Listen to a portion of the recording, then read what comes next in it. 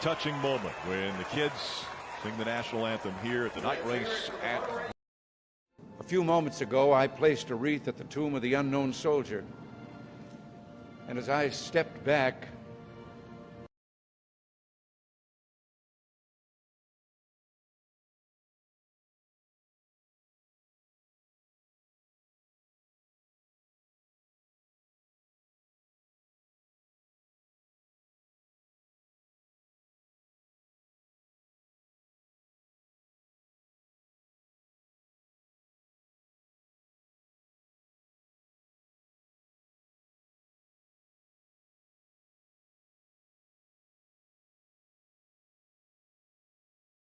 prayers aren't the same as those I mentioned a moment ago. For all we can ever do for our heroes is remember them and remember what they did, and memories are transmitted through words. We see these soldiers in our mind as old and wise.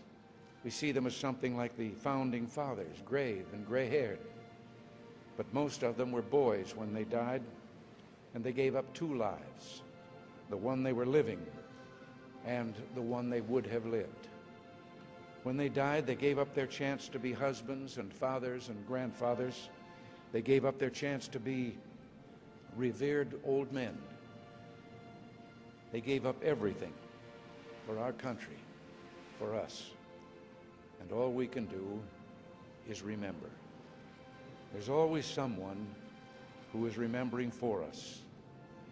No matter what time of year it is or what time of day, there are always people who come to this cemetery, leave a flag or a flower or a little rock on a headstone. And they stop and bow their heads and communicate what they wished to communicate. I think sometimes of General Matthew Ridgway, who the night before D-Day tossed sleepless on his cot and talked to the Lord and listened for the promise that God made to Joshua. I will not fail thee, nor forsake thee. We are surrounded today by the dead of our wars. We owe them a debt we can never repay. All we can do is remember them and what they did and why they had to be brave for us. All we can do is try to see that other young men never have to join them. Today, as never before, we must pledge to remember the things that will continue the peace. Today, as never before, we must pray for God's help in broadening and deepening the peace we enjoy. Let us pray for freedom and justice and a more stable world. And let us make a compact today with the dead, a promise in the words for which General Ridgway listened: I will not fail thee nor forsake thee.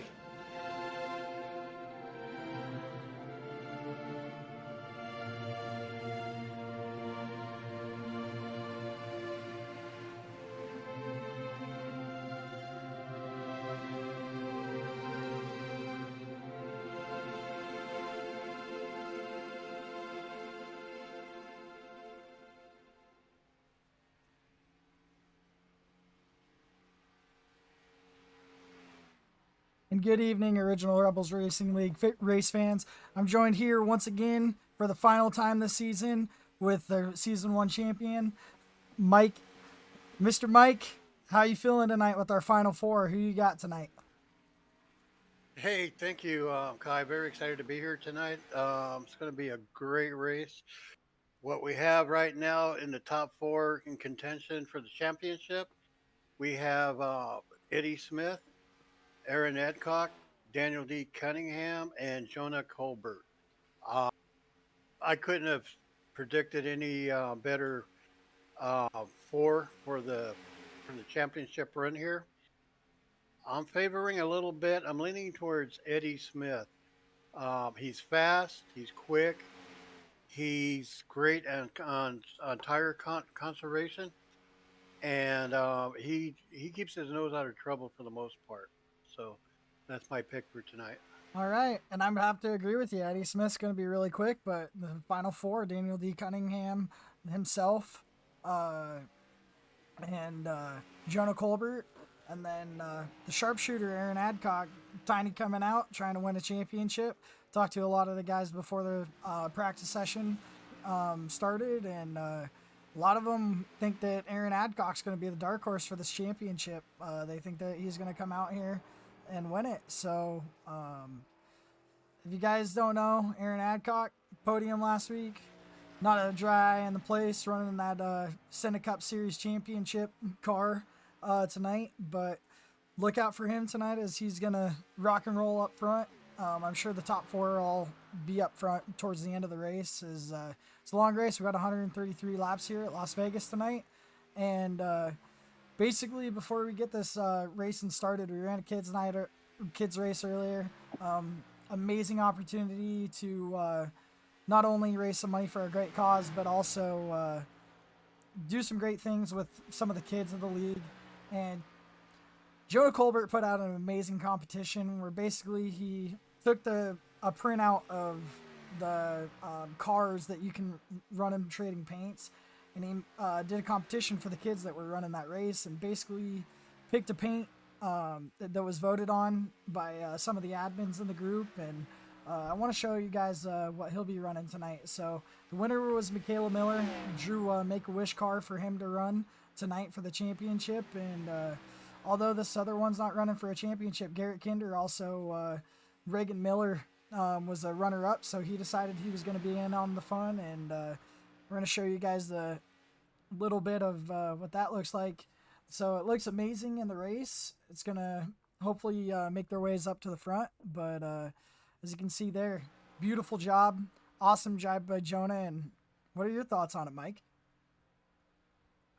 Great paint jobs. Great idea by Jonah Colbert on that to hold that contest for for the kids to be able to create a paint job and compete for which one Jonah Colbert would be riding. Also, a good paint job out there also by one of the kids for Garrett Kinder.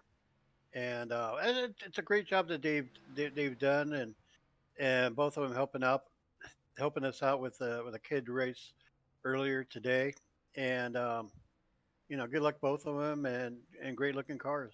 Yeah, and before this race starts, I'm even going to hand them out now. I think this is the first time it's been done all season, but I'm going to hand out our Smeal Racing Designs Best Paint as Jonah heads out onto the track for some more practice. I'm going to give it to Jonah Colbert. Great paint scheme drew up by Michaela Miller. And then I'm also going to give the same award to Garrett Kinder. The Miller sisters out there doing a great job. Justin got all three of them out on the racetrack for the kids race today. And what a heck of a race it was, Mike. A little bit of carnage, but a lot of fun. Oh yeah, it was great. Very excited to be a part of that. And then the kids put on a great show, both age classes, and it was just a lot of fun for everybody. And a scheme that really pops out to me that probably could have won it on any other night, but he didn't win it all season.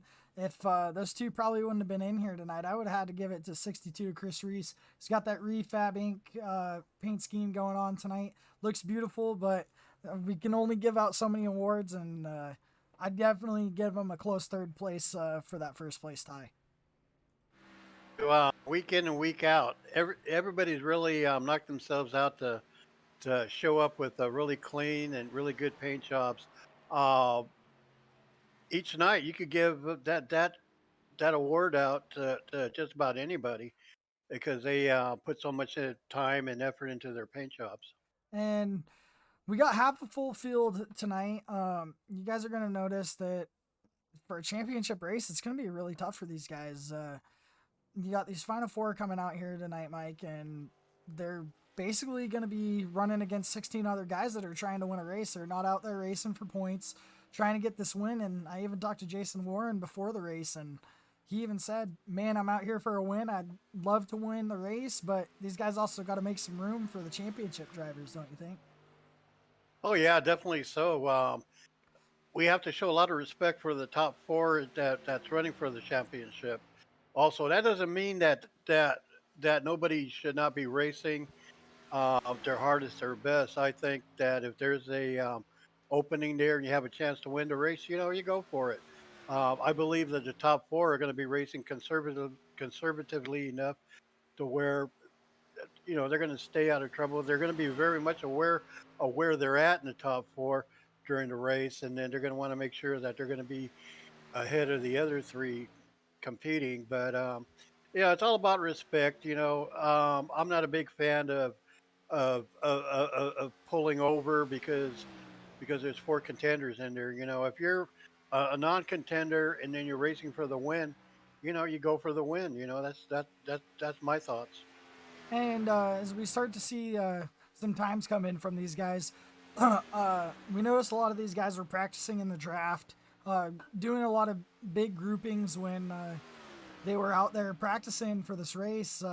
I noticed some of them tried to get some qualifying laps, but it was just getting a little too loose. Do you think that loose is going to be a problem in a pack tonight, Mike, or do you think that the cars are going to be tight in the pack and they'll be able to race without the worry?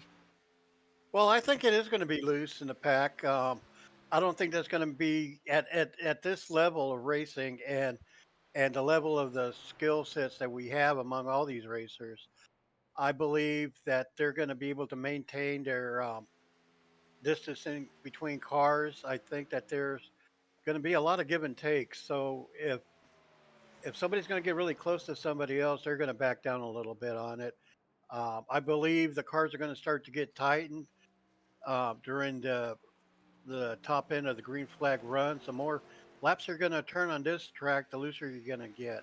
And it's definitely a tire conservation type of track, also. Yeah, and talking to the guys throughout the week, this is the last week of a lot of the series season, and we'll take a nice little break through the holidays. But Mike, I gotta ask you, who do you think's wishing for that early Christmas gift of a win tonight? Who do you think that we haven't seen up there all at front a lot this season is gonna go up there and surprise a lot of people tonight?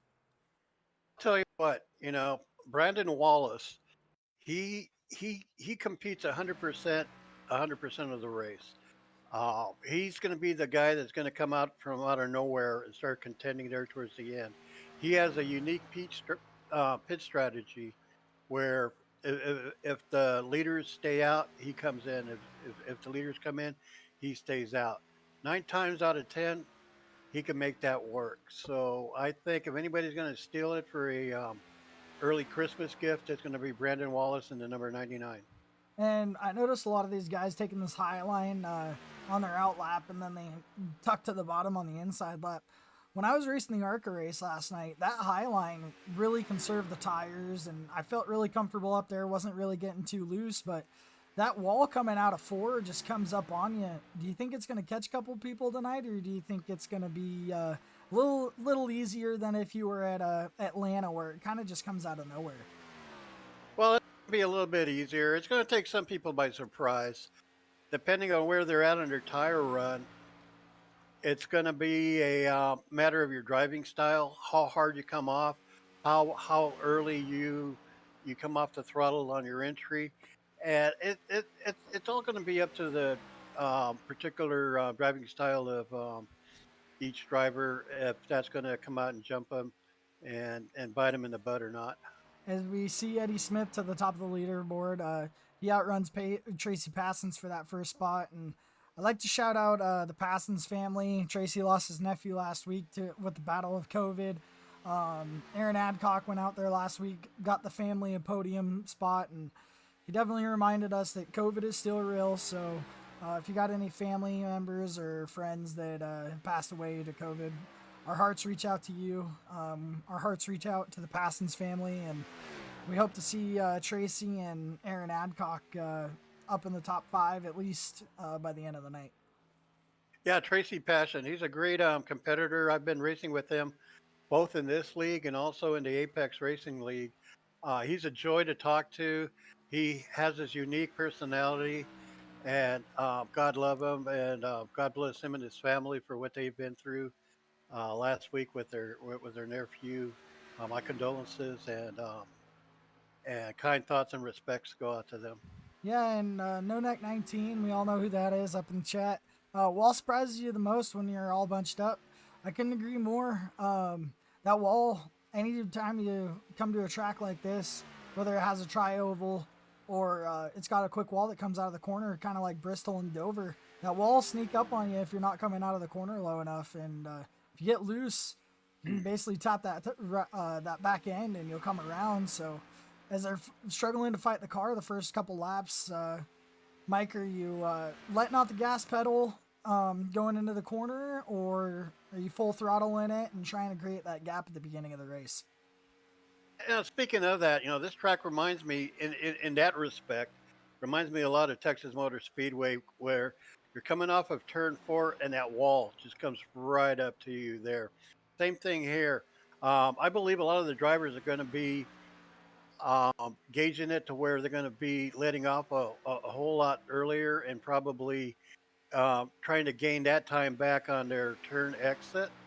So it's going to be, the person that's going to master that turn and be off that wall it's going to be the person who's going to be able to let off the throttle the most, but make a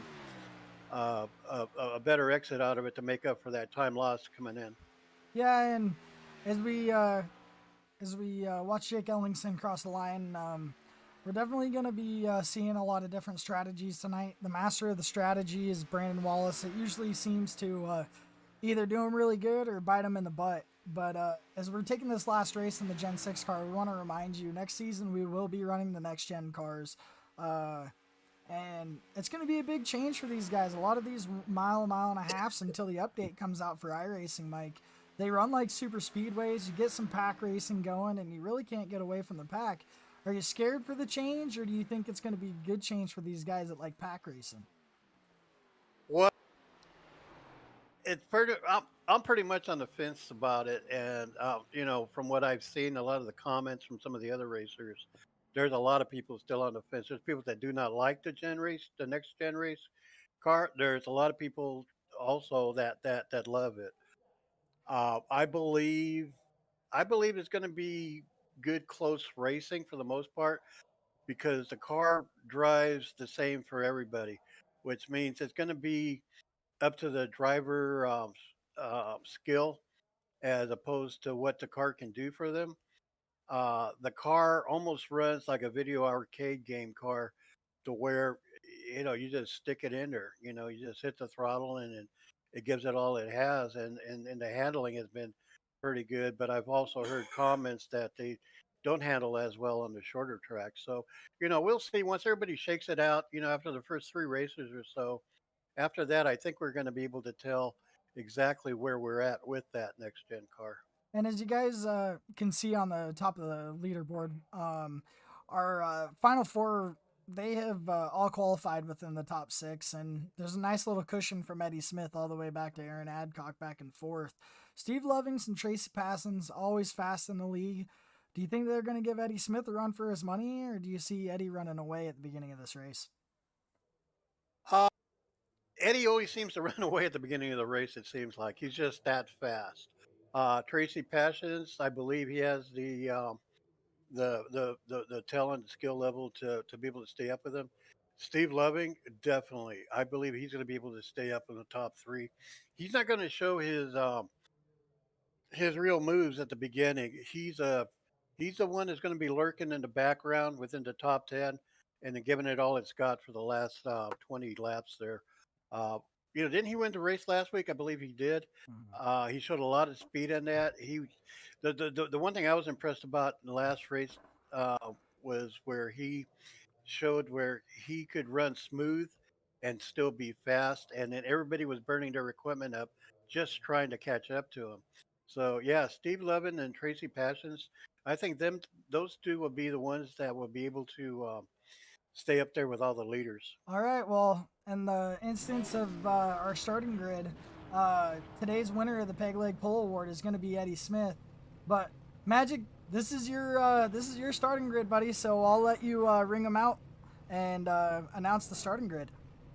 Okay, starting out in P1, we have Fast Eddie Smith in number 87, and number 2 on the outside pole is Tracy Passions in number 53. In third place, we have Steve Loving in the number 27. Starting fourth, we have Aaron Tiny Adcock in the number 23. Starting in fifth place, we have Jonah Colbert, one of our contenders. In P6, we have Daniel D. Cunningham in the number 54. Number 7, out of Arizona, we have Jesse Nekula in the number 84. In the 8th position, we have Jake Ellingston in the number 61 out of Milwaukee.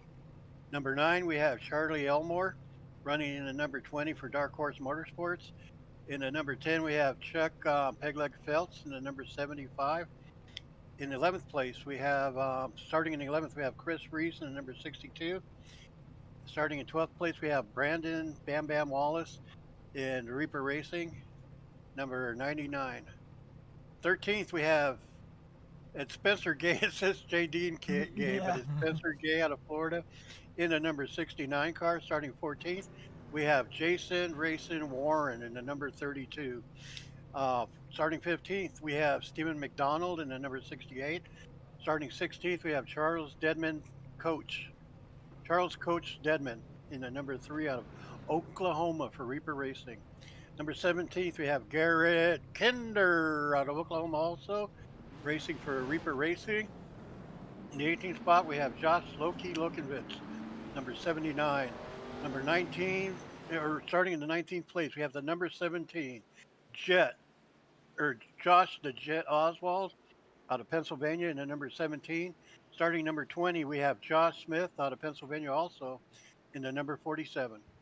And as these guys get ready to come around and take the green flag, you guys can see Eddie up there getting ready to go as this pace car takes him around. But these guys in the back, man, a lot of fast guys. You got Garrett Kinder starting back there. You got Jason Warren, Coach even, Chuck starting in that 10th spot. A lot of these guys in the back, if they play the strategy right, and if I can get these laps up instead of the time, I think it's going to be a good, long, hard-fought race, but I think if they keep it clean, we don't see as many cautions as we usually do in some of these races. I think these guys could roll up for the win if they work together. Yeah, just a note, only 13 cars qualified. 14th position on back to 20th did not qualify. So we're going to be seeing some of the faster guys in the back that didn't qualify. People like Coach Stedman, Garrett Kinder, Josh Oswald, Jason Warren. Those we'll be seeing them slicing and dicing through the field, and that should be to make for good racing. And the green flag falls. And you got Eddie Smith taking it on the inside, getting a good jump. Steve Loving following him through, and Jonah Colbert pushing up on that inside. Tracy gets a really bad start going into turn 1 as they come around on the inside. Eddie's hugging that white line, trying to get some speed, some roll off out of the middle of the corner. And I definitely see Tracy falling back a little bit. Maybe that be a restart. These guys getting past him, falling to the back, trying to let the playoff guys maybe go. And you see Steve Loving get a little loose coming into the corner, still staying loose on that apron, trying to get low so that the guys behind him, and Eddie Smith is going to lead lap 1. Yes, he is, and we have Jonah Colbert behind him. There's no big surprise there. They're both fast, and then they both race really good around each other. We have Tracy is holding steady in 4th, I believe. He's right up ahead of Daniel D. Cunningham. So early on, we're seeing that contenders starting to shake out and starting to take the top 5 positions. And as Nodek is said in the comments on YouTube, some of these guys did start from the back, trying to avoid the playoff guys, let them run it out, and kind of good to see if they can make a little game out of making it to the front. But definitely got to agree with you on that one, No-Neck, and definitely think these guys in the back are trying to avoid getting in the way of these playoff drivers. Yeah, and then that's going to make for good racing too, because they're going to be fast. I'm sure they're not planning on spending a whole lot of time in the back, so we're going to be watching them to come up through the field and provide some really good and exciting racing throughout the field as they come up. And as you guys that are just tuning in, this is the final round of the Senate Cup Championship Series provided by Jason Reisman Insurance. Go get all your insurance needs by Jason Reisman and the Kenswick Group. You can reach out to them at reismangetinsured@gmail.com. Life insurance, most important thing you're going to need after your daily life. So we hope to see all of you healthy. wanted, assured, family's doing okay, but definitely go get your life insurance before it's too late. As we see, Eddie's still pulling a little bit of a gap, but this draft behind them, Mike, these guys are still staying in tight-knit to him. I think that this draft's really going to play a problem into Eddie's scheme of trying to get out there, way out there early. Oh yeah, it's never a disadvantage to pull out there and pull out a substantial gap. Uh, but that's not to say that the cars behind him are keeping track on that gap, and when they need to, they're going to shorten that gap up so they will have a chance at least to make a run for him.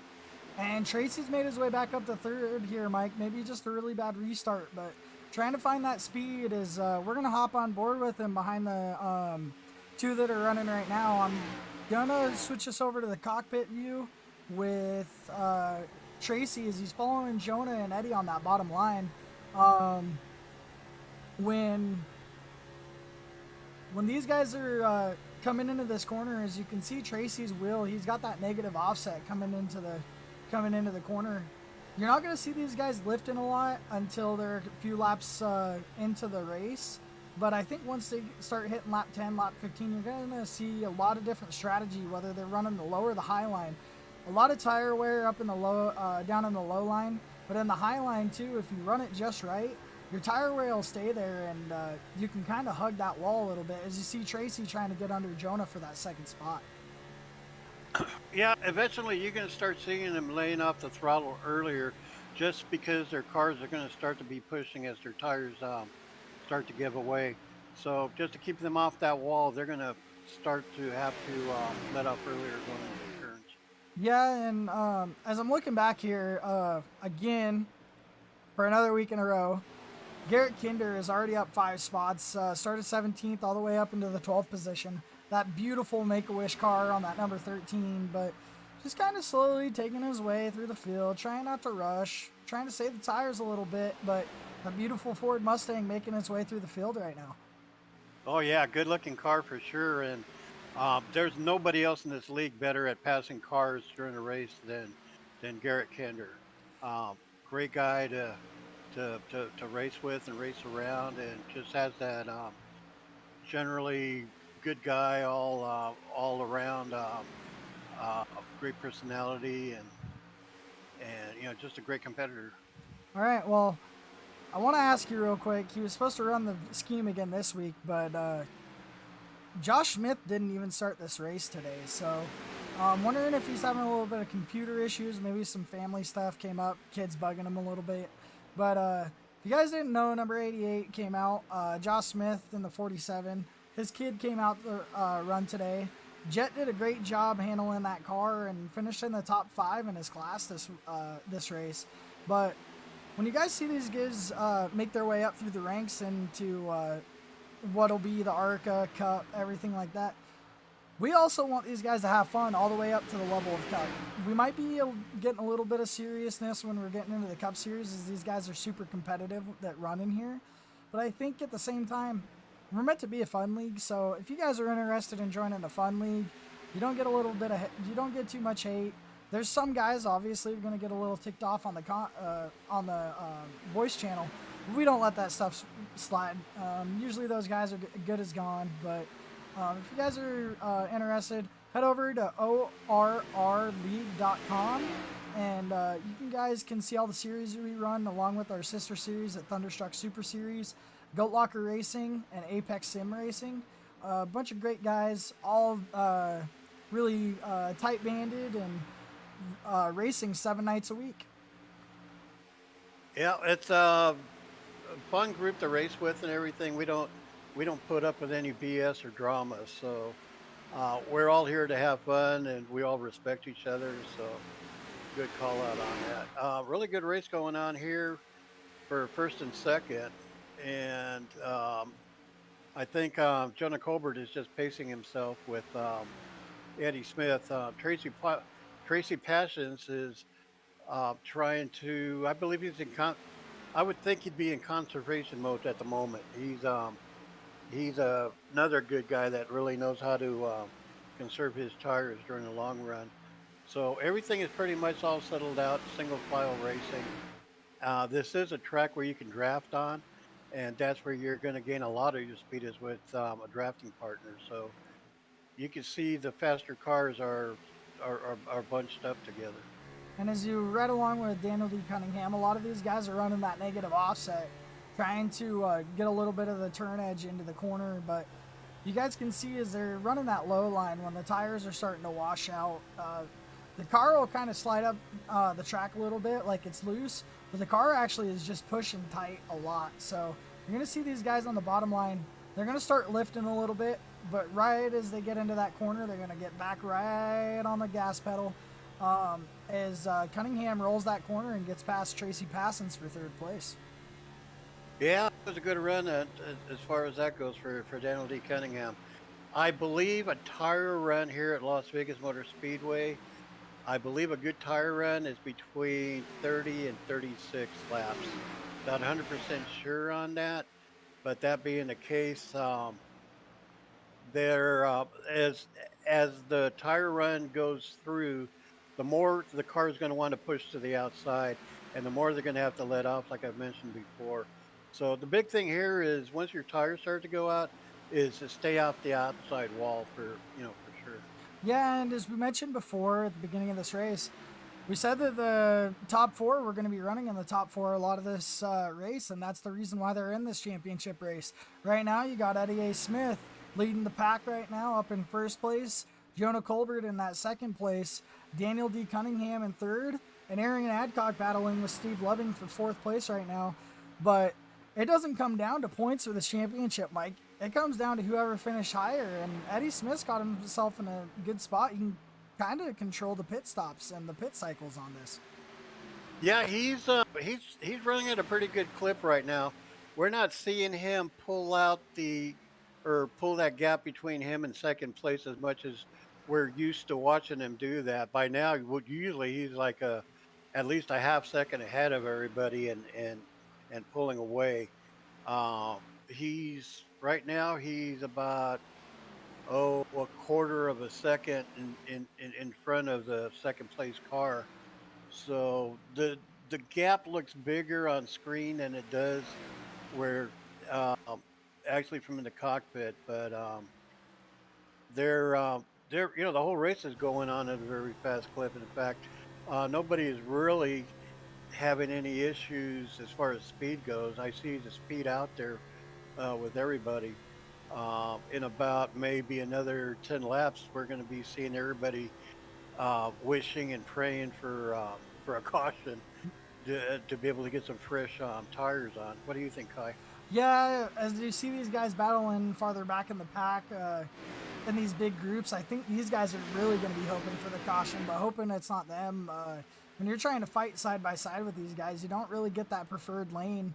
The bottom guys want the top guys want the bottom, and then you kind of start struggling for position, start kind of battling with the car to get in the spot you want, and then when these guys get a little too aggressive, you're going to see some guys start causing some accidents. But I have a lot of good faith in the ARCA race last night. There was only one caution, so a lot of these guys a little better with the wheelman at the race car, but you never know, Mike.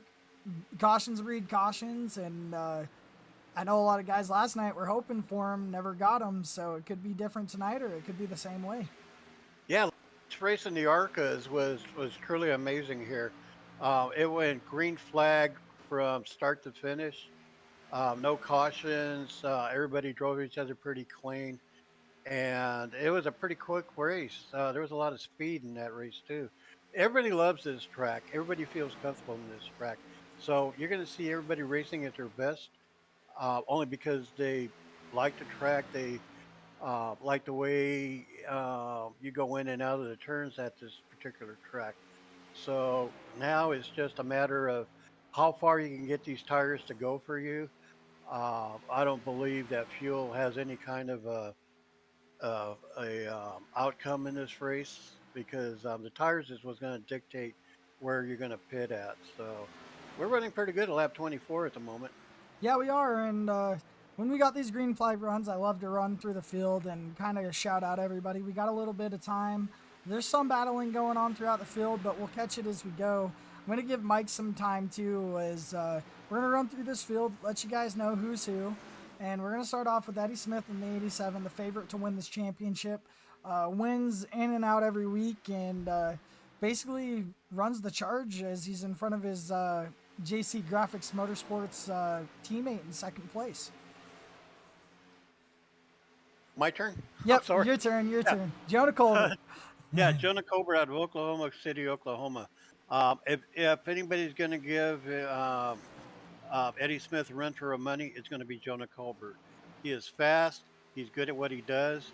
He's good at tire conservation, and he's just a winning kind of a driver. You know, he's won a lot of races in this league, in this series.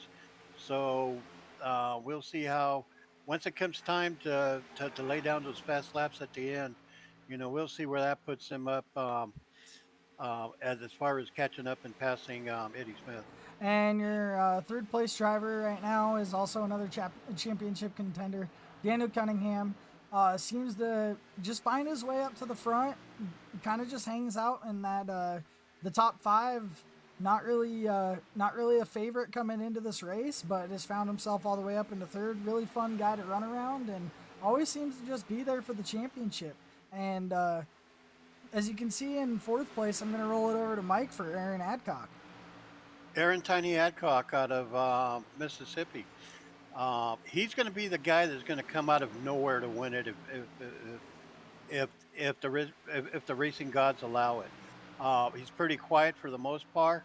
Once it comes down to the last 20 laps or so, he really turns the burners on, and he could possibly be the guy that's going to steal the championship from the other contenders. And we got Steve Loving in fifth, who always seems to be up in that top 10, top 5 position. Kind of rolls around like Daniel D. Cunningham, but he really likes to get to the front early. Sometimes it's a blessing, sometimes it's a curse. If he's running really fast that day, his tire strategy doesn't really seem to be there. But if he's running more of a middle of the pace, I'd say, running some average lap times, he always just seems to find himself on the podium. Steve Loving out of Virginia. If you guys get a chance, go back, watch the replay, and check out that beautiful car that he's ran all season. And his Miller car is beautiful too, as we're going to get on to Jesse Nekula. Jesse Nekula in the number 84, currently running in sixth place out of Arizona. He's pretty consistent. He's showing a lot of speed here lately in the races that he's been in. And he could be one of the non-contender wild cards that could come up and challenge for the lead in this race. So at the moment, it looks like he's in conservation mode, and really great to see him here tonight, and just a great all-around person. And as we mentioned before, the Passons families, our hearts out to you as Tracy's wheeling this car at, in the 7th place, staying in the top 10, but took a break last week. Had nephew pass away last week to COVID, lost his battle with COVID, and our hearts are out to you guys at the Passons family. We see you, Stacy. Let's go, Aaron and Tracy. These guys are doing awesome, and I believe you'll see both of these guys in the top 10 as we move it on to Garrett Kinder. Garrett Kinder currently in 9th place. He's running a good race right now. Like I said, he has no issues in passing anybody up during the race. He can get it done. He's the man to get that done. Great paint job there, created by one of the kids during the contest, the paint job contest. So, shout out to Garrett for taking the time to run that children's paint job, and he's slowly making his way up there. And Kevin, we see you out there. We appreciate all you do for this league. Your son's a great man. You raised a great guy. All you Garrett Kinder fan nation out there. Garrett's just trying to make his way up to the front. Started from the back, up 9 positions, all the way up into the 8th spot. As we're gonna move on to Jake Ellingson. And Jake Ellingson, he had a rough night last night, Mike. He came in, took the pole, did really good for about the first 20 laps, and then car got a little bit of tight on him. He had a couple issues bumping into a couple people last night, but not all of it was self-engaged. But always seems to just run in the middle of the pack, working on learning how to drive these cars. And I think it's a great thing for him to come out and run this Cup after the ARCA series, because those ARCA cars will help you out a lot with these Cup cars at Las Vegas. As we're going to move on to Chuck Pegleg Feltz. Chuck Pegleg Phelps in the number 75. An awesome guy. He has, I believe that he has to be the most improved driver ever in our league. Uh, for considering from where he started to where he's at now. Now he's a contender to win on any weekend. A great guy. He's a veteran out of Los Alamos, New Mexico, and we'll see where he ends up at. But it could be, anything could happen in these races. We could have a caution go out. We could have a big wreck, and then we could see Chuck Pegleg's Felt be up there in the top 10 shortly. And Well, he is in the top 10 now, but yep. And he's got a great drive for Po-Man Motorsports and Big Fish. And we're going to move it on to Chris Reese. Like I said before, if Jonah Colbert and Garrett Kinder weren't running those beautifully crayoned paint schemes by Michaela and Reagan, we definitely would crown him as our John Smeal paint designs paint of a race. But beautiful car, seeing himself in 11th, hasn't really moved at all during the race, but also hasn't really caused any issues. Just kind of running his race, learning how to get around this Las Vegas Motor Speedway, this tricky tri-oval, and keeping it out of the wall, keeping it clean. As we're going to move on to Christian Dedman. Christian to Coach Dedman out of Oklahoma. He's a good contender for winning a race on any weekend. Also, currently running in 12th, and he's got a lot of speed. He's got the racing knowledge, and he's very good at being racing around a pack or a crowd. So he's a good contributor as far as helping you in a draft and all that. So we'll see where he ends up at tonight. And we're gonna move it on to Spencer Gay. Jaden happened to hop into the wheel, and Jaden is one of me and Mike's favorite racers in the league. She was definitely had a rough night in the kids race after doing an amazing job in the ladies night last month, but definitely want to shout out her. She won the Next Level Racing wheel stand tonight, and but we don't want to give her all the attention. Spencer's out there too, running this race in the 69 car. Always seems to be competitive. Made the top 8 this season, but just couldn't find himself up front when he needed to at Phoenix last week. So I definitely think that Spencer, he runs this next season, he could have something for these guys and the next gen car, and we'll see him next season as he fights for the championship as we move on to Josh Oswald. Josh Oswald in number 17, currently running in 14th place. Josh the Jet Oswald, his son earlier won the 11 and under age group in the children's race, and also a top 3 overall. So, the apple doesn't fall too far away from the tree, as Josh is a multi-race winner, multi-series champion also. So he's just biding his time back there in the back. So we'll see where he ends up at. And our next driver to highlight is Stephen McDonald, as he's fighting with Warren and Brandon Wallace right now. As Warren gets past him and Wallace does too, it looks like he's a little slow right now. Might almost look like he might be running low a little bit on gas, but Stephen McDonald always finds himself up there learning how to run these tracks, and that could be a really good thing to do, especially when you're running for a championship in another series there, Mike.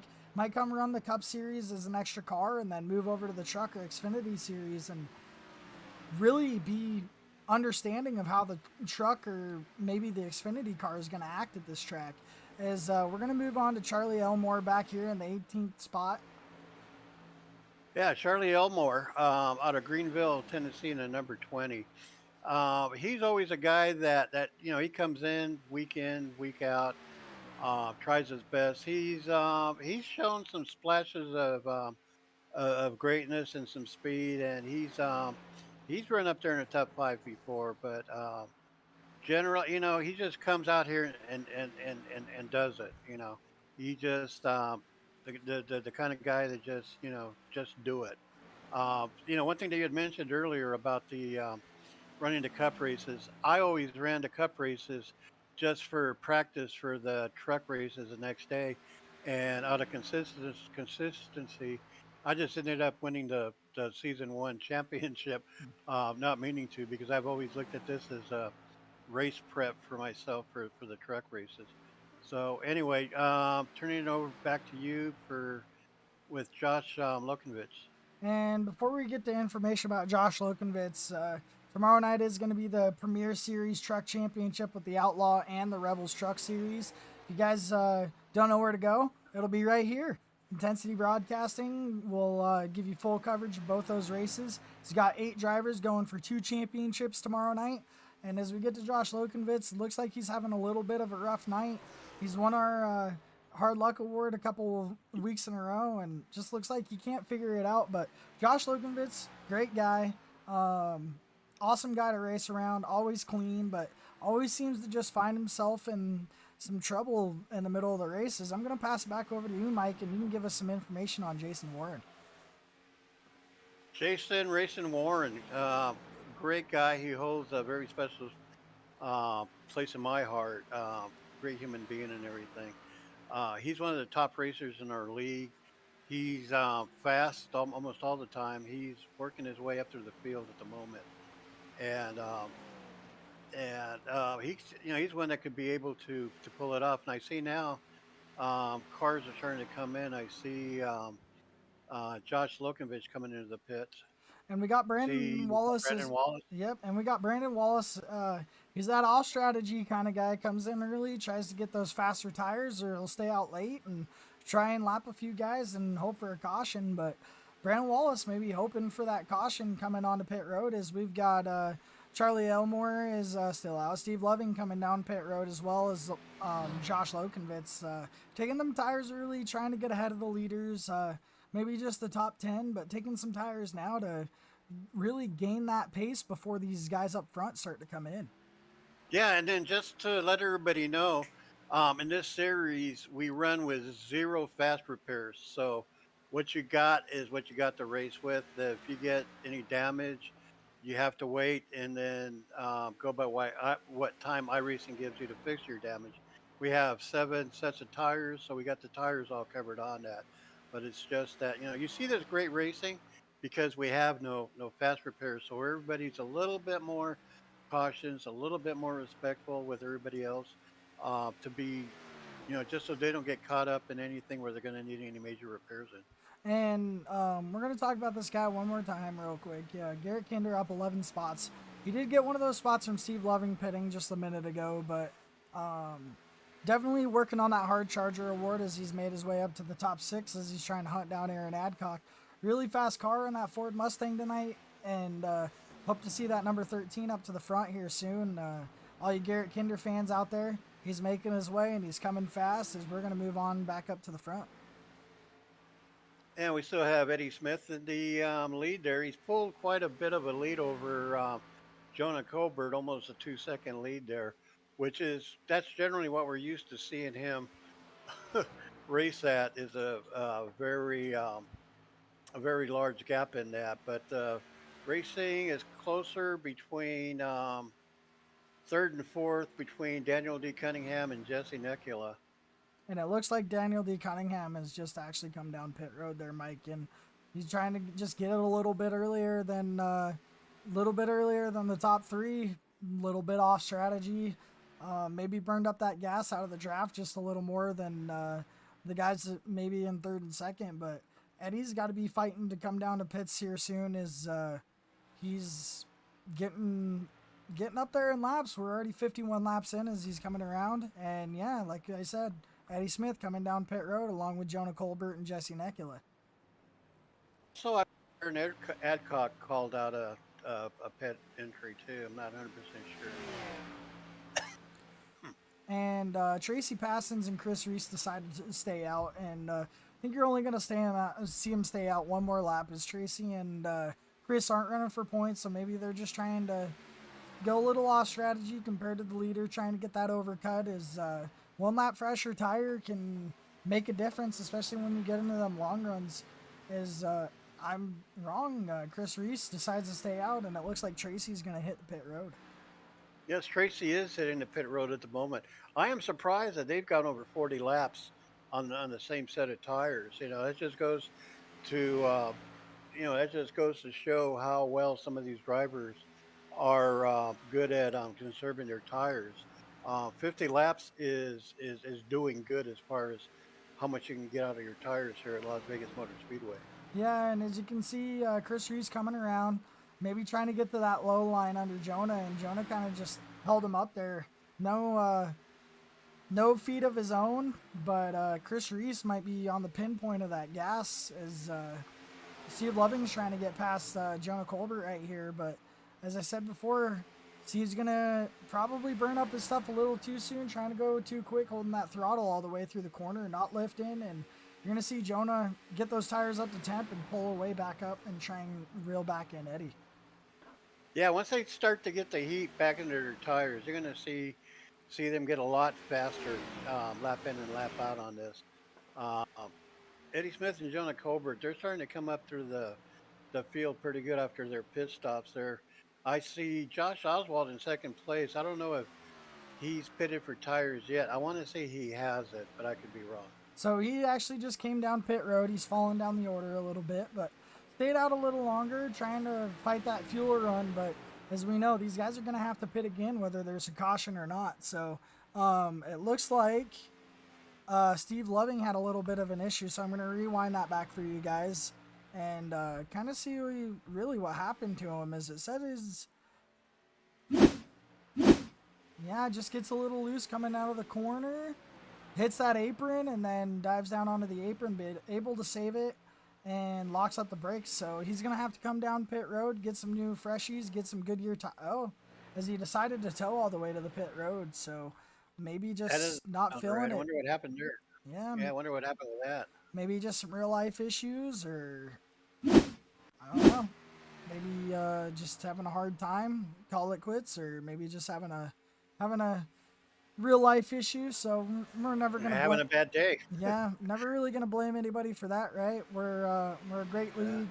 We're understanding. So if you guys are out here, I try not to run for points when I come out, Magic. I just come out for the fun. A lot of guys in this league just come out for the fun instead of points racing, and then once they hit that final 8 in the playoffs, they're like, oh crap, I guess I got to be racing a little harder, right?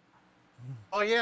And then that's how the league started, was just a bunch of guys getting together to race.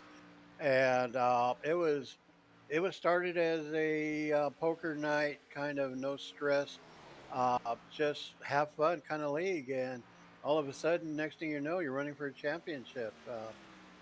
If you want to run for championship day in and day out and make it that serious, this may not be the league for you. But if you want to come in and race for fun and just crack it up with all the other guys on Discord, this is a league for you to be in. So as we shoot through, is Daniel D. Cunningham. Dang, it looks like Charlie Elmore having a little bit of issues getting up into the wall and almost getting into Cunningham, almost wrecking Cunningham's championship run. But you guys in the chat, let us know who you got as the favorite to win this race, whether it be someone you're just rooting for, if you have a true pick to win this championship, leave it in the chat. We'll mention it on the broadcast, and we'll see who wins this race, as me and Mike kind of both picked Eddie out to win this race, and it's looking like fruition is that 2-second gap all the way back to Jonah Colbert. Jonah just a little bit of a slower pit stop probably. Yeah, I believe it might have been what put him back there. Otherwise, I believe he would be a whole lot closer. The top three, there's between first and third, there's a 5.5 second spread between, from third up to first, let's say. From fourth on back, it's fairly consistent down to 8th place. But, we got a couple of packs going together. So like I said, this is a drafting track. So drafting with another car ahead of you or behind you, whatever, does make a major impact in this race tonight. And you see Flying Warren up 4 spots already, but trying to reel in Tracy, trying to fight for that top 10 spot, keep it, as you got the fast Chuck Pegleg behind them and Stephen McDonald just kind of hanging on to the back. These guys are close enough for the draft, but their lap times aren't really showing it. Maybe just lifting a little too much or trying to save a little bit. But the biggest issue that I'm seeing here is, as we got Jacob Ellingson in the wall behind them, not able to save it, goes into the inside wall, and rough experience on that beautiful U.S. Army car tonight. He hits the wall. He's probably going to go back down pit road as he's starting to smoke, and there's no fast repairs, as you mentioned before, so could be the end of his night, or probably going to be a few dozen laps down by the end of it. Yeah, once you see smoke after a wreck like that, that's pretty catastrophic. Obviously his engine is getting ready to blow, and there's no use in staying out. You at this point you have to come in and get that repaired. And if it's a matter of getting your engine fixed, it's gonna be quite a lengthy pit stop for him. As you see, Charlie just really starting to fight that car and finding bad times to do it in front of these championship drivers as he tries to catch up onto Aaron Adcock's draft, but already a few laps down as we see Jake has finally made it back down to pit road, and I think Jake has decided to call it a night, maybe a little too far beyond repair, as we're back up with Eddie as he's starting to reel in some cars that are about to go a lap down. You're seeing a lot of guys, once they hit that wall, they think it's over, but you never know when a caution can come back out, and you can get on that lucky dog, Mike. Yeah, that's true. That's always been my philosophy. Never quit because you never know what's going to happen um, later on in the race. You could have a caution come out. You could have a wreck that knocks out 3 or 4 cars. That'd be 3 or 4 positions you can gain right there just by staying out. So yeah, there's a whole lot left to chance in this race, and it's just the big thing is to put yourself in a position where you're going to be on the track, back on the track to be able to take advantage of those. And we got two big movers from Reaper Racing now. Not only Garrett Kinder moving up 11 spots, but Coach Christian Dedman, he's made his way up 9 spots already, up into the 7th position, one behind Kinder, but just keeping it clean, racing it soft, not pushing the memo too hard, and he's got a pretty big gap. I mean, the gap in front of him to Kinder is about 4.5 seconds, but behind him's almost a second and a half to Brandon Wallace, so maybe just in that comfortable spot in the top 10, trying to reel it out after a couple bad weeks of luck, and just really taking advantage of the field, kind of hurting themselves. Yeah, that's true. You got to monitor your fuel on that and your tires, and depending on how you're able to work with them, is depending on how high you're going to be able to finish in this race. We're currently at 66 lap out of 133 laps tonight, so the race is going pretty smooth. Everybody's still pretty much stretched out as they were earlier. We have a couple of, we have 2 or 3 packs in there where there's some good, exciting pack racing going on. Yeah, and I'll push it back a little bit to one of those, and as you can see, Tracy's still holding off Jason Warren for that 9th spot. Chuck Pegleg right behind them. Mile and a half, really one of those tracks, if you can't stick up with the leader, you're going to kind of start to fall back. Is Tracy started on that front row tonight, can't really find the speed, but not too bad. 9th place right now, finish out the season in the top 10, and definitely bring home a top 2 top 10s for that Passons family with Aaron Adcock all the way up in 4th. Yeah, good run by Tiny Adcock on that, and like I said, he's going to be the one guy that's going to be quiet until it comes time to go, and he's going to start battling it out with the other contenders up ahead of him there. Good battle going on between Jesse Necula and Garrett Kinder, going back and forth for 5th place. And Kinder mentioned it last night in the ARCA series. Him and Jesse always running each other really good, and the battle's always really clean. never too worried about getting doored by Jesse. As Jesse gets a great run coming out of 4 into the tri-oval, but as you guys start to notice at the end of this race, these guys are going to get a lot more dicey. That last race, not really running for points, trying to get those positions. But we want to see you guys back here next season, which should start here in about January. We'll be running the duels to find placement for Daytona, but we want to see you guys come support these guys just as much as you did this season in the next-gen cars. I think the racing is going to be a lot closer next season, especially since they built the next-gen car in real life to make the racing a little bit more competitive. I think you're going to see that in iRacing, especially when the setups start to come out a little better for these cars. I don't think you're going to be seeing full throttle through the corners like you do at 1.5 miles right now. I think the racing is going to be amazing. And the thing I'm excited for, Mike, they're going to release the new trucks soon. Yeah, I haven't been keeping up with iRacing, but I believe they're going to be releasing the new trucks out, like you said. And I'm really excited for that to come out because I'm a truck kind of guy when it comes to racing. I've always loved racing with trucks. And so really excited to see that. And, I'm sure the paint jobs coming off of that's going to be spectacular because we have a lot of people that do that like to run a good paint job here. So like to see that coming up. Yeah, and want to give a huge shout out to our sponsor for the kids race tonight. Next Level Racing was our main sponsor for that race. If you guys are tuned in from watching that race, those guys helped us out, put out a really big prize that was won by Jaden Gay. GT Light Wheel Stand. Jaden didn't have a really good race tonight, but she came out with one of the best prizes for the night. And Mike, you even put some money up for that race.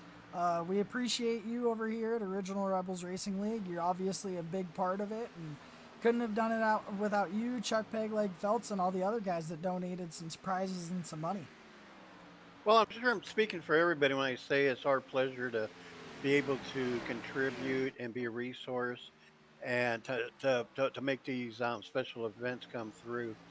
And as far as the kids race go for Make-A-Wish Foundation, it was more of my pleasure to be able to do that, and I'm sure the other sponsors would tell you the same.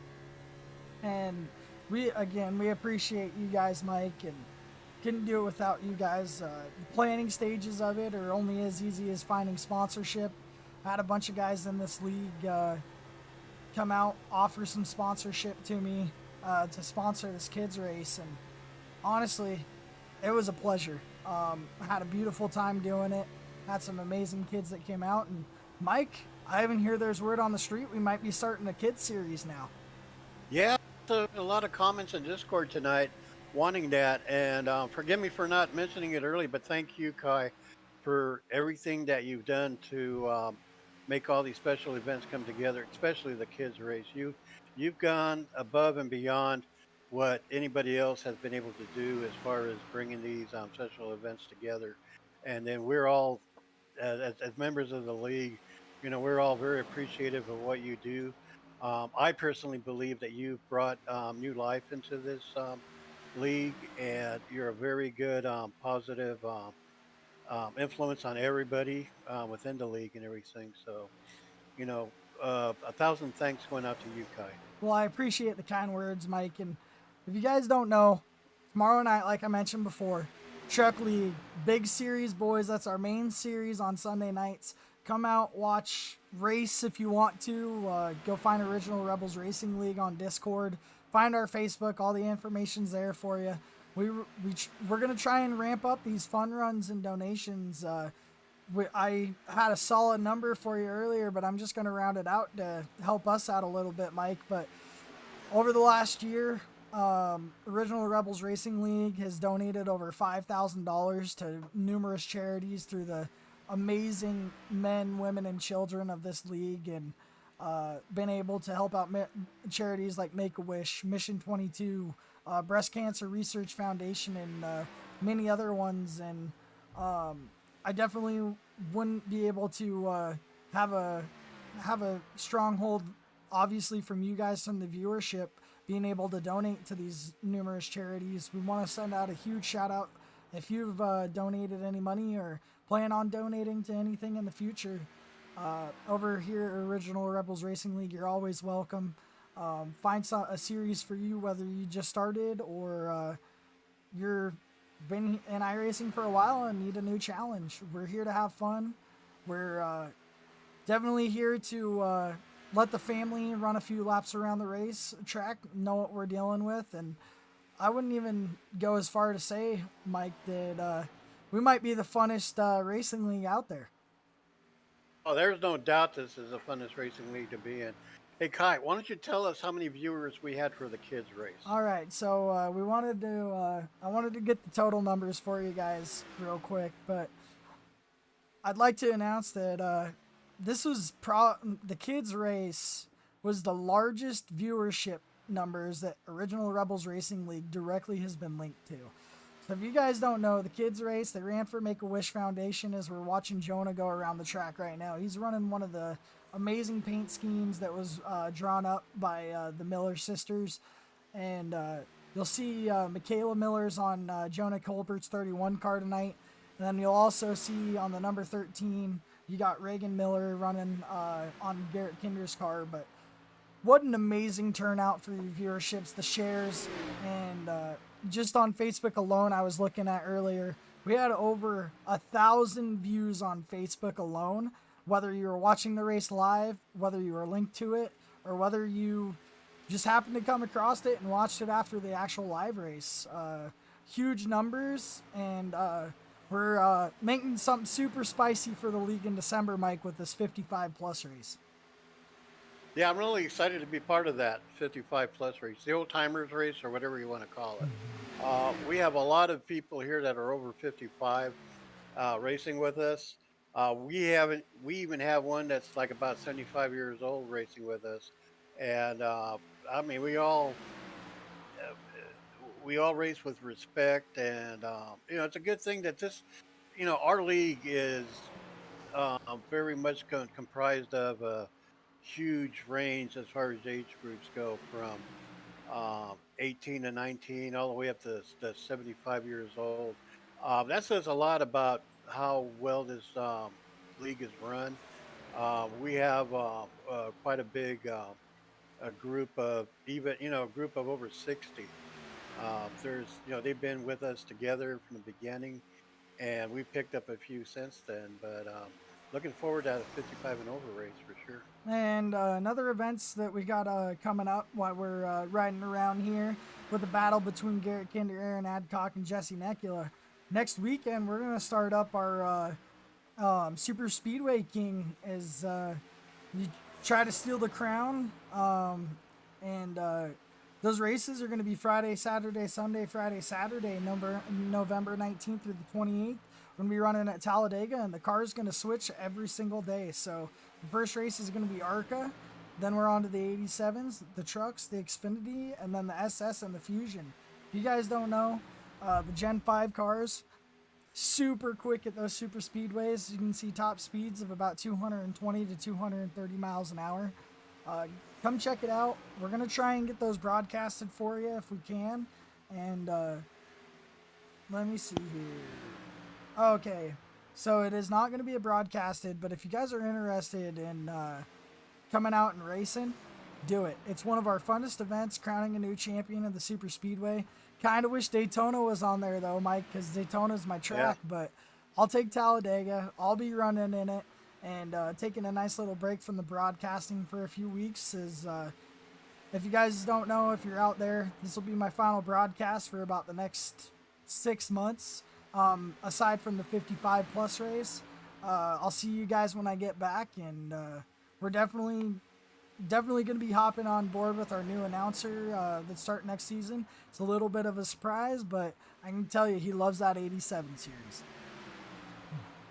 Yeah, the 87s have become one of the most popular series in the in this league now. It just came out of nowhere. And it started out as just doing some fun runs in 87s, but have really picked up momentum, and it's becoming very rapidly becoming one of the most popular series in our league. And Kevin Kinder reached out to me over here, and he wants to see a better look at these paint jobs. So I'm not all toolsy, hands-on with the moving around the car, but this is going to be the rear, and I'll show you around a little bit of the car that we got for Jonah Colbert. But this thing is a beauty. Basically, I'm going to be playing with some cameras real quick here, but Jonah Colbert's running that Make-A-Wish car, drawn up by Michaela Miller. Beautiful car, beautiful crayon work by Michaela, and had a great run today when she was racing in the kids' race. And then Garrett Kinder as well, as you see him coming down pit road. That Make-A-Wish on the front of there. Kevin, your son did a great job trying to add that second paint scheme. Looks beautiful right now, and got to leave it up to Kinder and Colbert for running those two paint schemes tonight. Yeah, paint schemes in itself. So other people out there with other really good looking paint schemes too. Aaron Adcock, the number 23.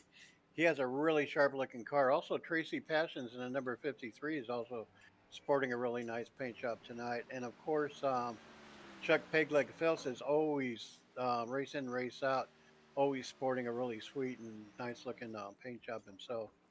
And for all those out there that have served, currently served, or plan on serving in the future, we want to send out a huge, heartfelt, happy, belated Veterans Day for you. We hope you guys had an amazing Veterans Day, but we'd also like you to remember all those that have passed to make this possible for us. Give us the opportunity for me and Mike to be up in the broadcast booth. I'm lucky enough to be serving in the Air Force as well right now. Beautiful and amazing memories that I've made along the way, and probably wouldn't have even looked up this league and found my way over here if it wasn't for the service. So thankful for everyone at Original Rebels Racing League. Thank you for all the veterans that are out there. And Mike, let's watch this as we try and crown a champion, as we got pit stops right now starting to cycle through. Yeah, green flag pit stops at lap 93. Uh, I'm thinking that, well, not thinking, but I know that this is going to be their last pit stop. And for the most part, unless there's a caution that comes out that would give a prime opportunity to come back in and get some fresh tires. Everybody coming in right now can pretty much bank on going for the rest of the race on what they have. So we'll see how it all shakes out. There's still that factor of having a bad pit stop that'll drop you down 3 or 4 positions, and in the same token, you could also gain on those pit stops depending on how well your entry is into the pit lane. And we want to thank Jason Reisman Insurance for being along with us all season. We appreciate your sponsorship of this league. And if you guys need to purchase any life insurance, head over to Jason Reisman Insurance. Definitely help you out, get you squared away. Make sure you guys get that insurance before it's too late. But plenty of life to live there, Mike. And hopefully it won't come too soon, but always be prepared. Yeah, that's the big thing. Always be prepared. Not so much for yourself, but also for your family. They need some coverage. They need some support for any kind of unfortunate event that could happen.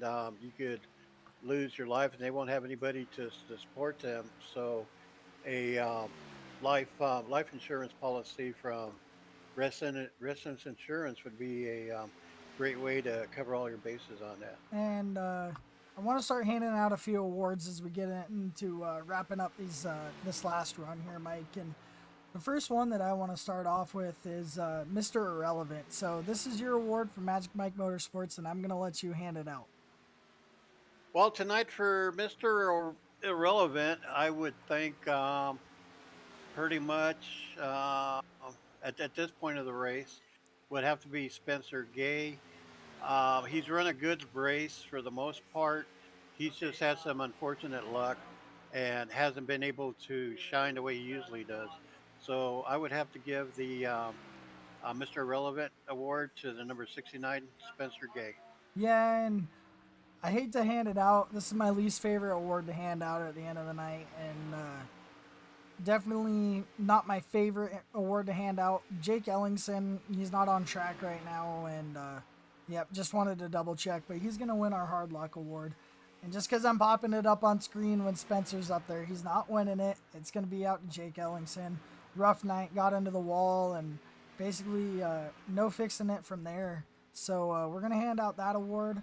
We already handed out our Smeal, but we're going to go back over it. So we had a two-way tie tonight for the award, which is going to go to Jonah Colbert, obviously, and that beautiful painted Make-A-Wish car. And then our second one's going to be Garrett Kinder as well. He's going to win our other Make-A-Wish or Smeal Racing Designs Best Paint for the final two of the season. We decided to give out two amazing sisters coming together, painting these cars between Michaela and Reagan. And Mike, I think we have some new paint schemes on our hands for next season. Yeah, we sure do. And paint schemes are a big part of this sport. It's a big part of this league and series. We have some very, very talented painters in our league, and they're always continuously putting out great paint schemes for everybody. Yeah, and I don't want to hand it out too soon, as it looked like Garrett Kinder kind of had some issues on pit road. He's all the way back in 16th place right now, but even a lap down, so maybe just having a big issue down pit road. But don't want to hand out hard charger too soon, as we know Kinder likes to find his way into the back and make his way up. But right now, his teammate and Christian Deadman would win it up 9 spots, all the way up into 7th place. Yeah, he's had a pretty good charge tonight. Coach has. Thing between Garrett and Coach, they're best friends. They grew up together. They're both from Oklahoma, and they're showing that Oklahoma spirit. And it's unfortunate not knowing exactly what happened to Garrett, besides probably having a speeding on pit road incident. But like I've always said, he's one to know how to pass cars out in the track. So we'll see if he could unwind this and get back on the lead lap. And the other thing is too, Kevin, I'm gonna go back to this just for you one more time, but I do got some better paint schemes for you, a little bit of a closer look at the scheme. But Jonah Colbert's Make-A-Wish car, Michaela Miller, 10 years old, and favorite driver is Kyle Bronson. So there's a little bit of the winning pick for the competition that basically he came up with, and Kinder decided to come along and run the same kind of attitude that Colbert had tonight. So there's a closer look at Garrett Kinder's car tonight, the Make-A-Wish car, drew up by Reagan Miller, and we appreciate these guys running these paint schemes, helping us raise some money for the Make-A-Wish Foundation. If you guys don't know, it's not too late. You can always donate at wish.org. Head over there, put a little bit of change left over from payday, put it up in there, and we always appreciate supporting the cause. If you guys don't know, kids race happened earlier. Me and Mike did a killer job at announcing it, and I'd even say some of those kids were as dominant as Eddie Smith is being tonight. Oh yeah, it was a really great race and everything. One thing I like to say right now, I am very impressed. 105 green flag laps. 2 seasons ago, we were only dreaming about going this long under green. Typically back then in the first season, we'd average 5, 6, 7, even 8 cautions in one race. This season, we've had quite a few green flag runs, if not full green flag races. And that's what it's starting to form up tonight, is to be going green from start to finish, So that, that's a that's attributed to the high talent level we have now, and just the way everybody races each other clean. And nobody racing too aggressive, nobody racing over their head. Everybody racing within their skill sets. So just a shout out there to everybody tonight. And there've been no cautions, so let's see if they could be able to pull it off and go the whole race with no cautions.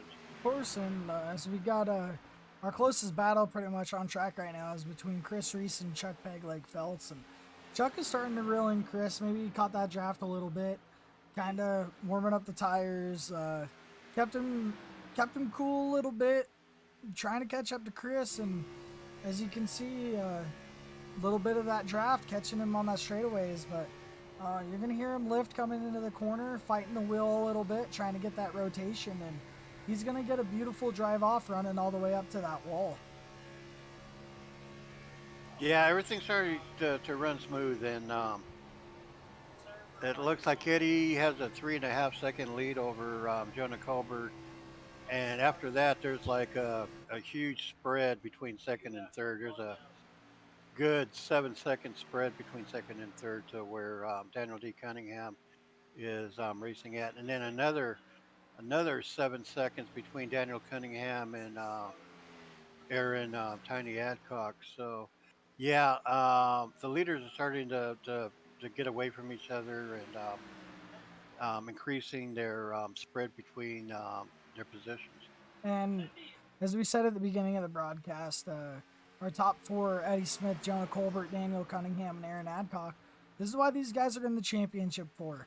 Running up front all season, running clean, staying safe, staying out of the cautions. And Eddie Smith just seemed to go out there and win everything. Jonah Colbert got a couple wins in there, and then a few other guys got some wins. But I think Eddie is just too quick for him, man. But as we'd like to announce here, first time bringing it up, I won't be here next season, obviously. I'm going to be joining the booth for the following season when I get back. But Eddie Smith is actually going to retire from the Send It Cup Series and take over as the broadcast announcer for this Send It Cup Series starting next season. Mike, how do you think he's going to do?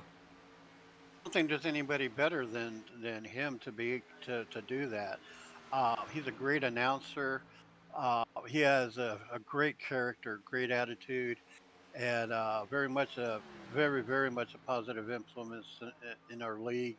He helps everybody out, and he's one of the first to volunteer for anything that needs to have action taken on within our league. And Eddie did attend the University of Mars, because he is an alien, which he's one of the fastest guys. He is. He's got to be the fastest guy in our league, so that would make him an alien. So, out of the University of Mars, fast Eddie Smith. Sorry, Mike. Got a little yawny there. Ugh.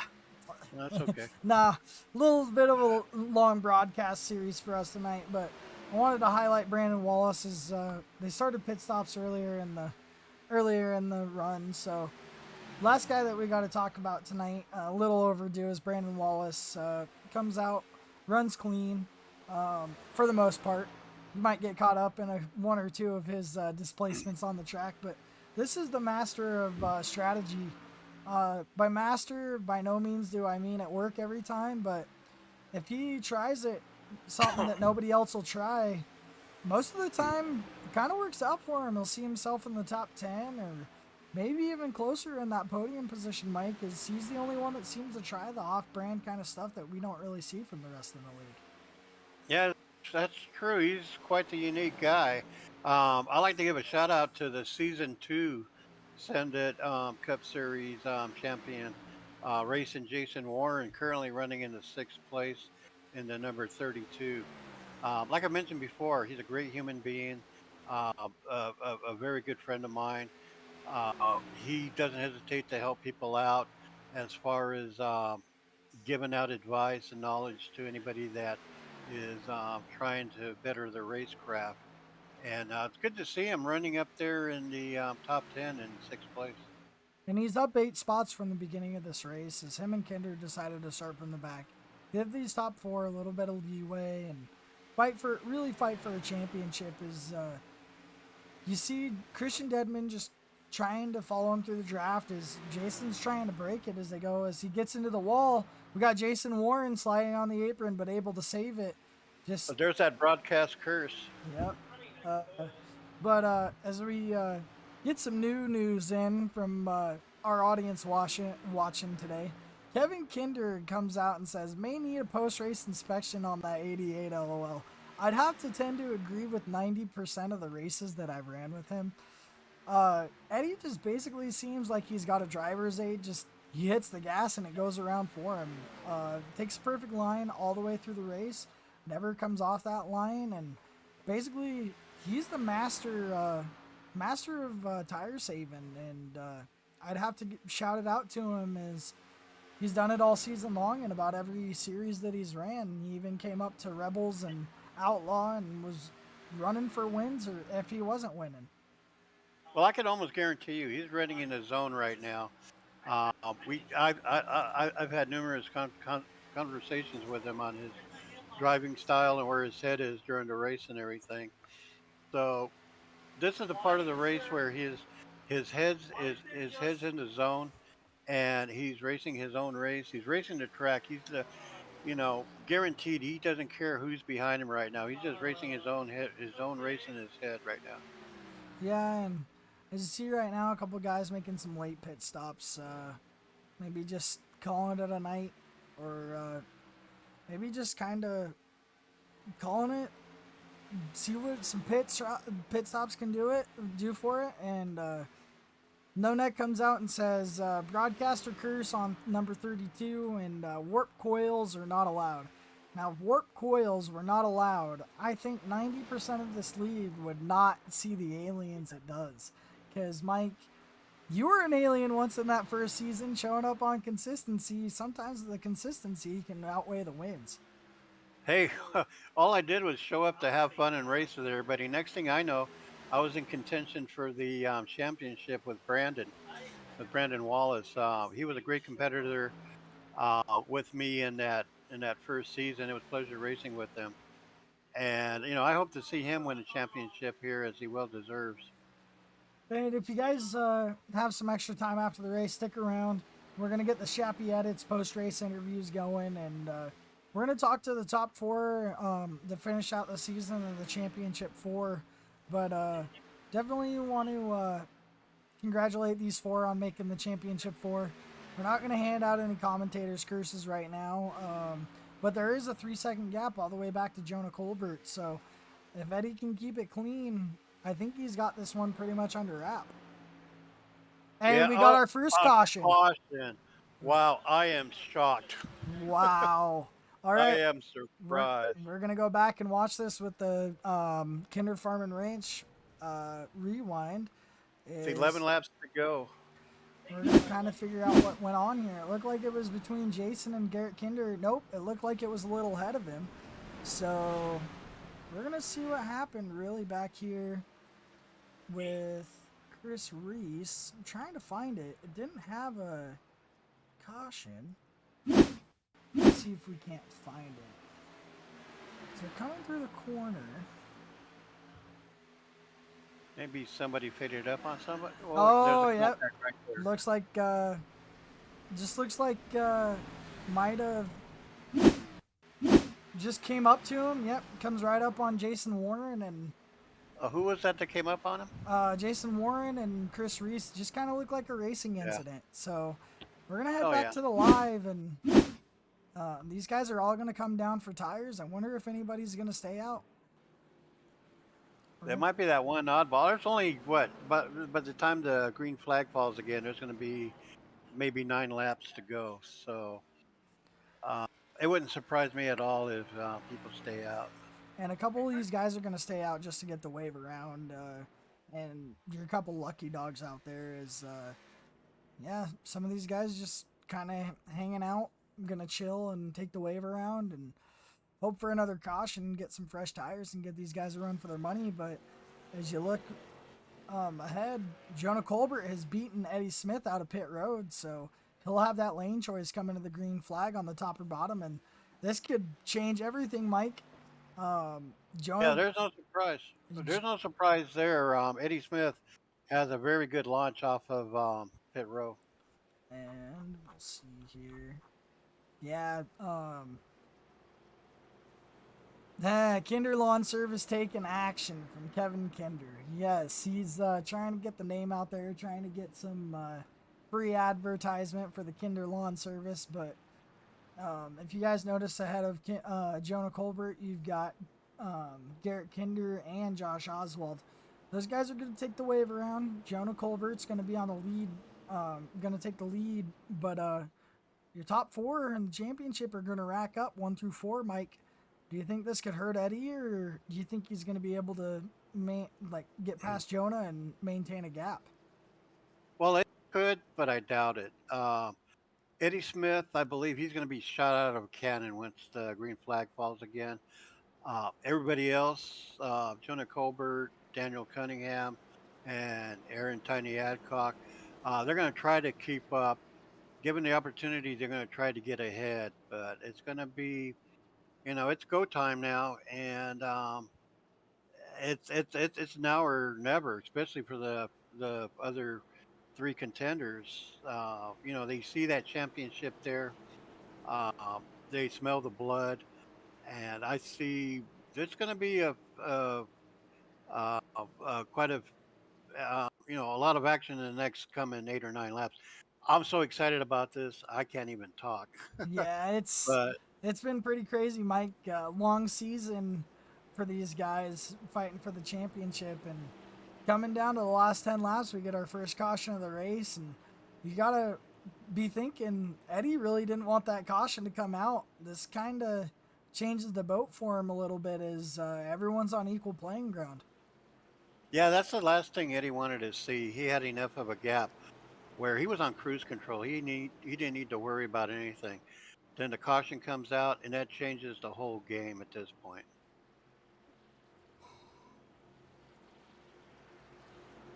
You're going to see these guys passing the start finish line. It's getting a little late. I'm a 5 a.m. worker, even on Sundays. So, No Neck came out on and said Jonah took 2 or gas only.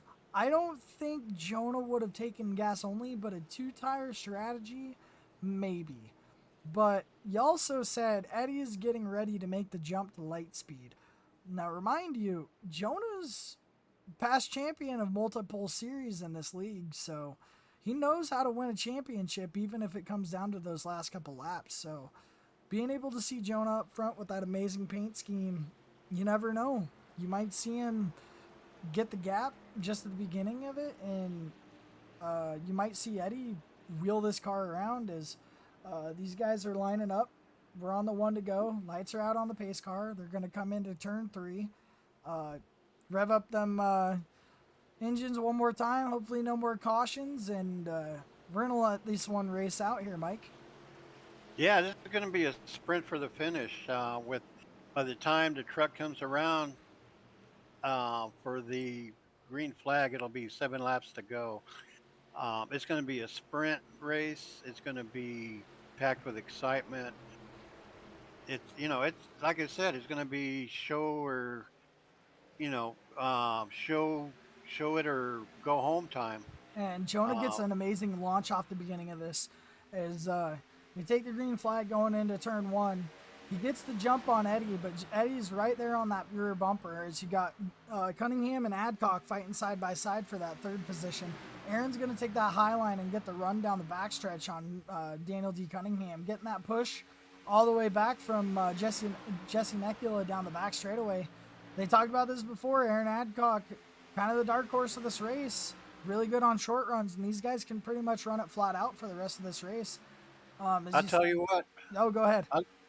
I'll tell you what. If first and second start to battling it out, that's going to open the door for 3rd to 4th to come up. As on Jonas gets loose and goes into the him. wall. Oh my God! Oh, there goes his championship hopes. Yep. Oh, the manatee of it all. And he's stuck in the wall, so Jonah's going to have to call it a night. And My gosh. And we're going to go back and watch this, but everyone kind of saw Hate as we to were see watching the that. battle. I think there was some impact there. Yep, Jonah just got loose coming in, running that little bit of a higher line. Almost takes out Eddie with him. I wonder if Eddie got any damage on that, but we're going to go back live up front, as that's going to be the end of Jonah Colbert's run for the championship bid. Well, that's a shame. I hate to see that for Jonah. He's given 100% effort every single Saturday night here. He was my bet. If Eddie Smith wasn't going to win it, it was going to be Jonah Colbert, but then still now, what can does Aaron have enough for Eddie Smith starting on his outside, or will Daniel Cunningham make a spectacular run to try to overtake them? And you see the little bit of damage on Jonah's nose. Probably got that from Jonah sliding up the track. Got into him a little bit. I wonder if that's going to hurt the arrow, especially on a track that's so arrow dependent into the corners. Usually don't see a lot of issues if it's just a minor amount of damage, but you never know if you tapped him hard enough if there's any engine damage under that hood. Oh, it could be. I don't know. This size of track, yeah, there is some drafting, but he's going to be up ahead, so he's going to be breaking the wind in front of him. He's got the speed anyway. I don't think he's going to have any issues in staying ahead of everybody else, but you never know. You know. And we don't have the lights out on the pace car yet. These guys are going to come around. We're actually going to get a green-white checkered here to finish out this race. Never want to see the green-white checkered, but I can tell you the green-white checkered, even on these long races, they can definitely We make. still have 3 laps to go. Yeah. Well, no, Mike. So they're gonna take 3 to go, and then they're gonna come around for the 2 to go. So we are gonna have a natural green-white checkered. So it's not gonna be that's not gonna be the first of one of their attempts. But Right. you definitely got a question here. Eddie's got the long run speed, but can he hold it for the short run speed? Well, we'll see here shortly. It's not going to be easy for him at this point. It's very unfortunate that he was involved in that incident. Yes, and so you guys are Yeah, gonna. that front end looked rough. Yep, and the lights are gonna go out on the pace car on this one. Garrett Kinder did go into the pits and take on some freshies, but I think he could make up a few positions on these fresh tires, but his tires aren't that much fresher than a lot of the guys in front of him, so could make up enough to win that hard charger. But right now, that's claimed by a tie between Christian Dedman and Josh Oswald, both up 9 spots tonight. Yeah, they've been able to make up quite a few spots on there. We'll see how, if we'll see if they can make that work for them here in the final laps. And we want to thank you guys for tuning in tonight. Championship 4 here at Las Vegas Motor Speedway. I like to call it a home track, even though I grew up in Idaho. We went to the Vegas race every year, partied in the infield. Thanks, Mom and Dad, for all the great tickets and experiences, meeting all these future friends along the way. As you guys can see, packed grandstands virtually, packed infield virtually. All these virtual fans are going to be on their feet, and if you guys can, go find Dale Earnhardt at the end of the race. I'm sure Junior's out there and out in the stands somewhere, but we're going to be on our feet waiting for this green-white checkered. It's not even going to count as an attempt, though, Mike, so you got to think maybe these guys go clean, maybe these guys get a little dirty just to win that championship, as we're actually going to take a green-white checkered. So we're not going to get a natural here, Mike. Oh, it's odd. I find that odd. Yep. So no lights out on the pace car that lap. We're going to get them off this time around. So we're going to take a natural green-white checkered. And we'll see here. Yep. So your top 3 are going to be Eddie Smith, Aaron Adcock, and Daniel D. Cunningham. Maybe it was a driver's choice. Maybe they decided over race comms that they wanted this to be a natural green-white checkered for the championship. Sure what happened there. I don't know. I find it puzzling, but this is going to be it. It's going to be a 3-lap sprint for the championship, and don't leave your TV screen, because this is going to be one of the most exciting finishes of the year. And we're going to call all the action on this green-white checkered for you. But one last time, we want to thank Jason Reisman Insurance for being on board with us in the Send It Cup series all season long, all the sponsors that make this possible throughout the league. And we want to thank every single one of you for tuning in for this championship race and the kids race earlier.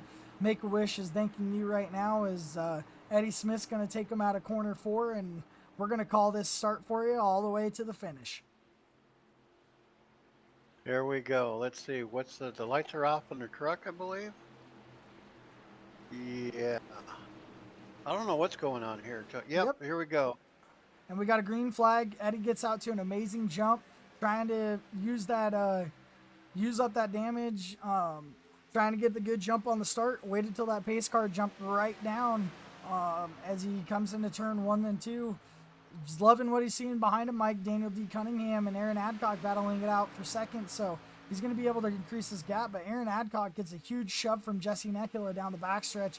Jesse's trying to make this run to win the race at the end of this. Daniel D. Cunningham gets a little loose, gets up into Cunningham, and they're wrecking behind him. Oh my gosh, we lost the other two contenders here. Yep. And we're going into another restart. All right, so we're going to take it back. And We're going to take it back for you guys. Watch all the action on this restart. But basically, Aaron pinching, Daniel D coming up. I think it's just a racing incident, fighting hard. Yeah. But Aaron definitely got the harder damage out of that. Daniel D Cunningham didn't come out of it too bad, but you got to think for Eddie, that basically is going to seal up the deal for him in this championship run. yeah, pretty much. The next contender nearest to him is falling back to the 9th place position. Yep, and I've got Daniel And- D Cunningham. Yep, I got Daniel D. Cunningham trying to fight up there with a couple guys for a position, but I don't think he's going to get it. Definitely not something you wanted to see, but what we like to call the Kyle Larson of our league basically worked out for him. He ran clean all day, got a little caught up with Jonah's accident, but I think that's basically going to put the curtain on it. So you think all these guys behind him, all the way back to 5th place, which is your next playoff contender in Daniel D. Cunningham. Jesse Nekula and Charles Feltz and Brandon Wallace are going to be pushing for this win. We know Chuck, long overdue for a win. This is the circumstance to try and push for it, and he's going to be starting right behind Eddie. Yeah, you hate to see it for the other contenders. Pretty much the win for the race is still open. Fast Eddie Smith pretty much has the championship wrap. I couldn't think of a better person to win it. I love the guy. He's talent. He's an alien. He's not from this world, and so I think from going forward, he's got the championship wrapped up. He's got the win wrapped up, unless somebody else comes in and challenges him on it. The only person, between Jesse Nekula and Chug Peglick Phelps, and you got Brandon Wallace. Either one of them could come up for the win, but the launches at the start that Eddie Smith has been getting, nobody's been able to touch him. You guys are going to see these top 4 get riled up for this win because Daniel D. Cunningham is in 5th. He's got a lot of damage, though, on that rear wing, and that's going to help him. That's going to hurt him in the corners. So I think you guys are going to see the 2nd through 4th spot. They're really going to be battling Eddie for this win because Eddie might win the championship, but there's still a win up for grabs, and they're in that circumstance that basically I'd take the win. I'd love to be the last winner of the Gen 6 car in the series. So you got to feel like Kyle Larson in this moment, trying to go get that last win of a generation and be remembered in the league as being that last guy that won in the Gen 6 car. Yeah, and also be reminded that this is going to be the final caution where they're going to be going for the green-white checkered flag. Where if the checkered flag comes out again, this is where they're going to finish. So this is our 2nd green-white checkered flag. So this is going to be pretty much the end of the race once they get the checkered flag on this.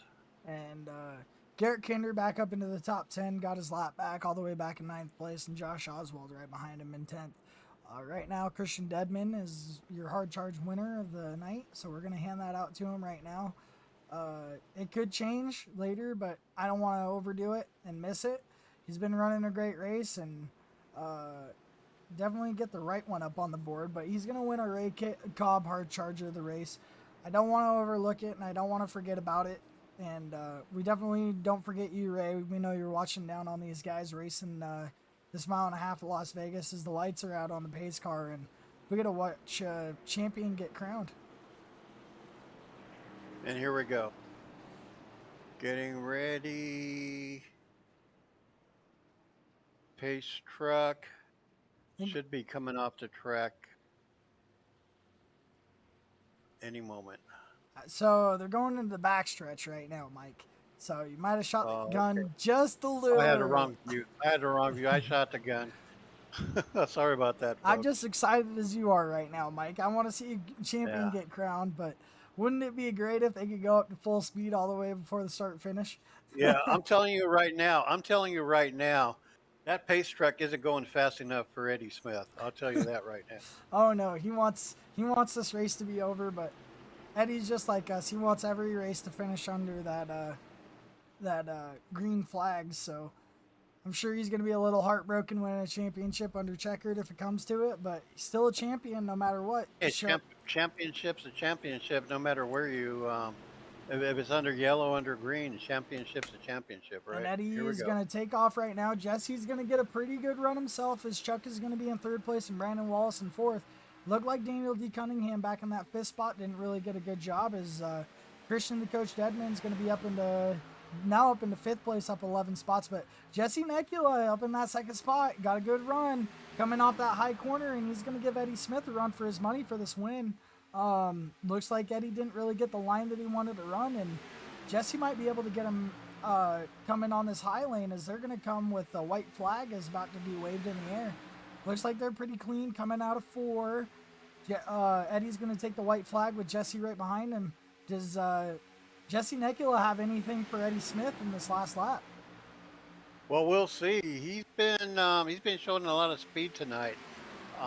So far, as of right now, he's the only person that's shown anything to come close to Eddie Smith. And he's going to dive it in there hard, and he's going to try and get this run off of the corner. But Eddie Smith is going to... is Jesse? And Eddie Smith is going to be your champion of the Send It Cup Series this season, and he's also going to be your race winner as Jesse Necula finished second, and Charles Feltz is going to be in third place. So a great run. Great race for these guys. Great win for Eddie to win the championship. And as we're going to get our Original Rebels Racing League burnouts a little bit early, but we're going to stay a little tuned, see if they give Eddie some love on this one, and give him the old Original Rebels Racing League little bit of the crash derby on the front stretch. So we'll let the burnouts begin, and then we're going to pop up your results as Eddie gets ready to burn it down. I'll tell you, Kai, I couldn't think of a better person to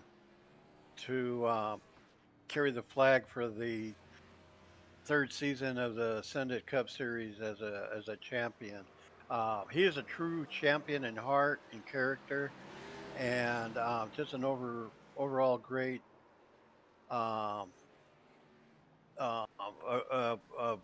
just a great. I can't even find the words for it other than, he represents our league very well, as far as how he races, his character. He has a very high standard character there, and he's loved by everybody in the league, and it's a pleasure to have him. Of course, and we're gonna get these guys in for the post-race interviews. I'm messaging them right now. We're gonna get some interviews for you guys, and we're gonna let you go for the rest of the off season. Is don't miss next season. Eddie A. Smith retiring a little bit. He's gonna come back. He's going to be your guys' broadcaster next season, and he's going to do an amazing job because Eddie A. Smith, man, that guy can broadcast any series and make it sound good.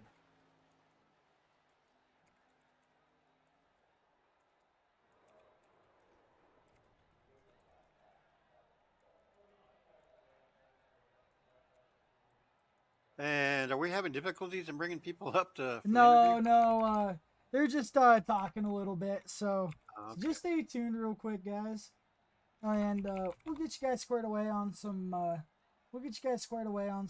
driver interviews. But He didn't finish in the top 4 in the championship, but you know what? He pulled himself up into the waiting room anyways. We're waiting on a couple guys, so we're gonna get Chuck Pegleg Phelps up in here, and he's gonna tell us how he made himself up 7 positions to finish up on the podium tonight. Chuck, how are you doing? Doing well, Kai. How you guys doing? Hey, Chuck, how you doing? Hey, Magic Mike. So you had a great run throughout the race. A little tough luck, kind of fell back towards the beginning of the race on those long runs, but that short run really helped you out at the end of the race. A couple accidents, fresh tires. The short runs, you were really quick. Did the short runs really help you out? Were you really tight on those long runs, or was it getting more loose for you? I it was hard to pass in dirty air. I was a little too cautious on the long run. I figured we'd have some good green flags, which we did for the majority of the race. I was maybe a little too cautious on tire preservation, and then I let people get too far out ahead. And once the tires wore off, you can't really gain what you gave up, and then it's tough to pass in dirty air anyway. I just I messed up on the first tire sets, the first sets. I was kind of searching, trying to still figure out what line was going to be good on the long run, and got a little better on the second one.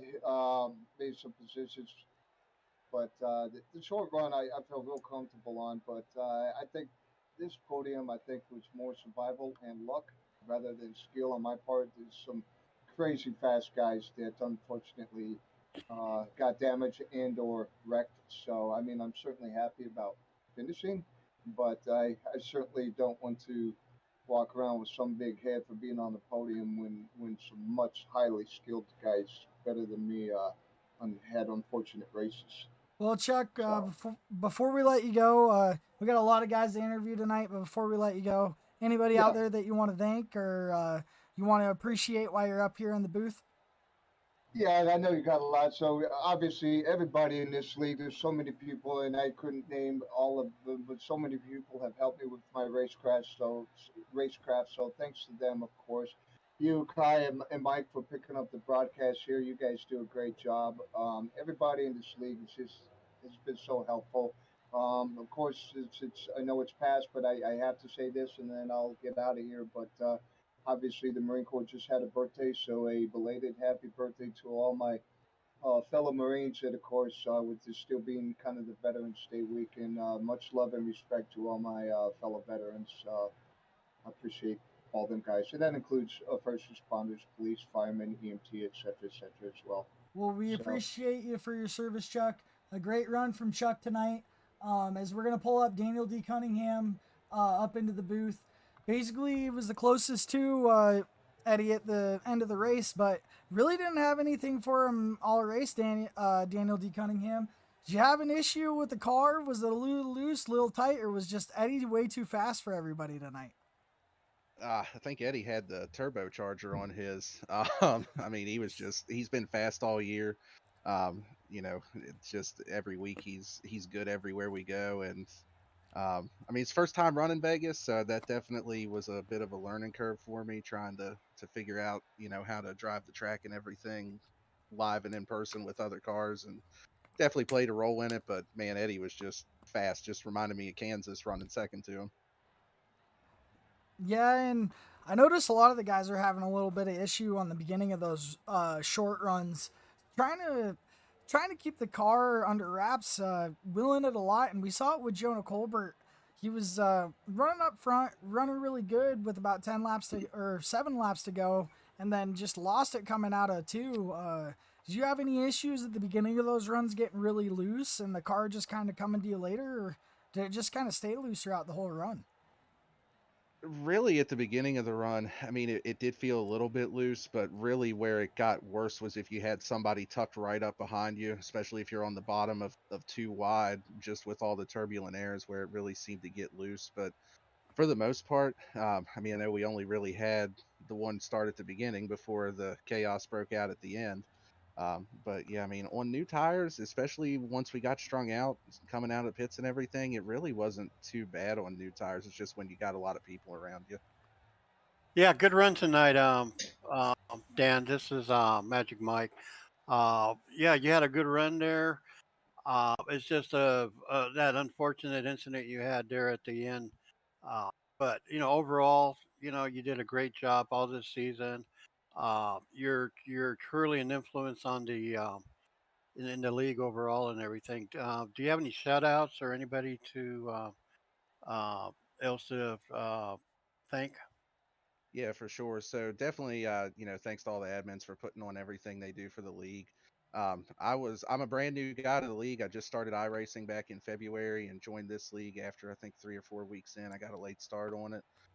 It's been a lot of fun this year, and thanks to Jonah for bringing me on board with JC Motorsports. I've learned a ton over that time from him and Eddie and Reese and Steve. Like I've learned something every week from those guys, whether it's racing alongside them or looking at Eddie as a dot up above me and up the track farther. And thanks to my wife for all these badass paint schemes that she's made me. I think I've run about 10 different schemes throughout the year.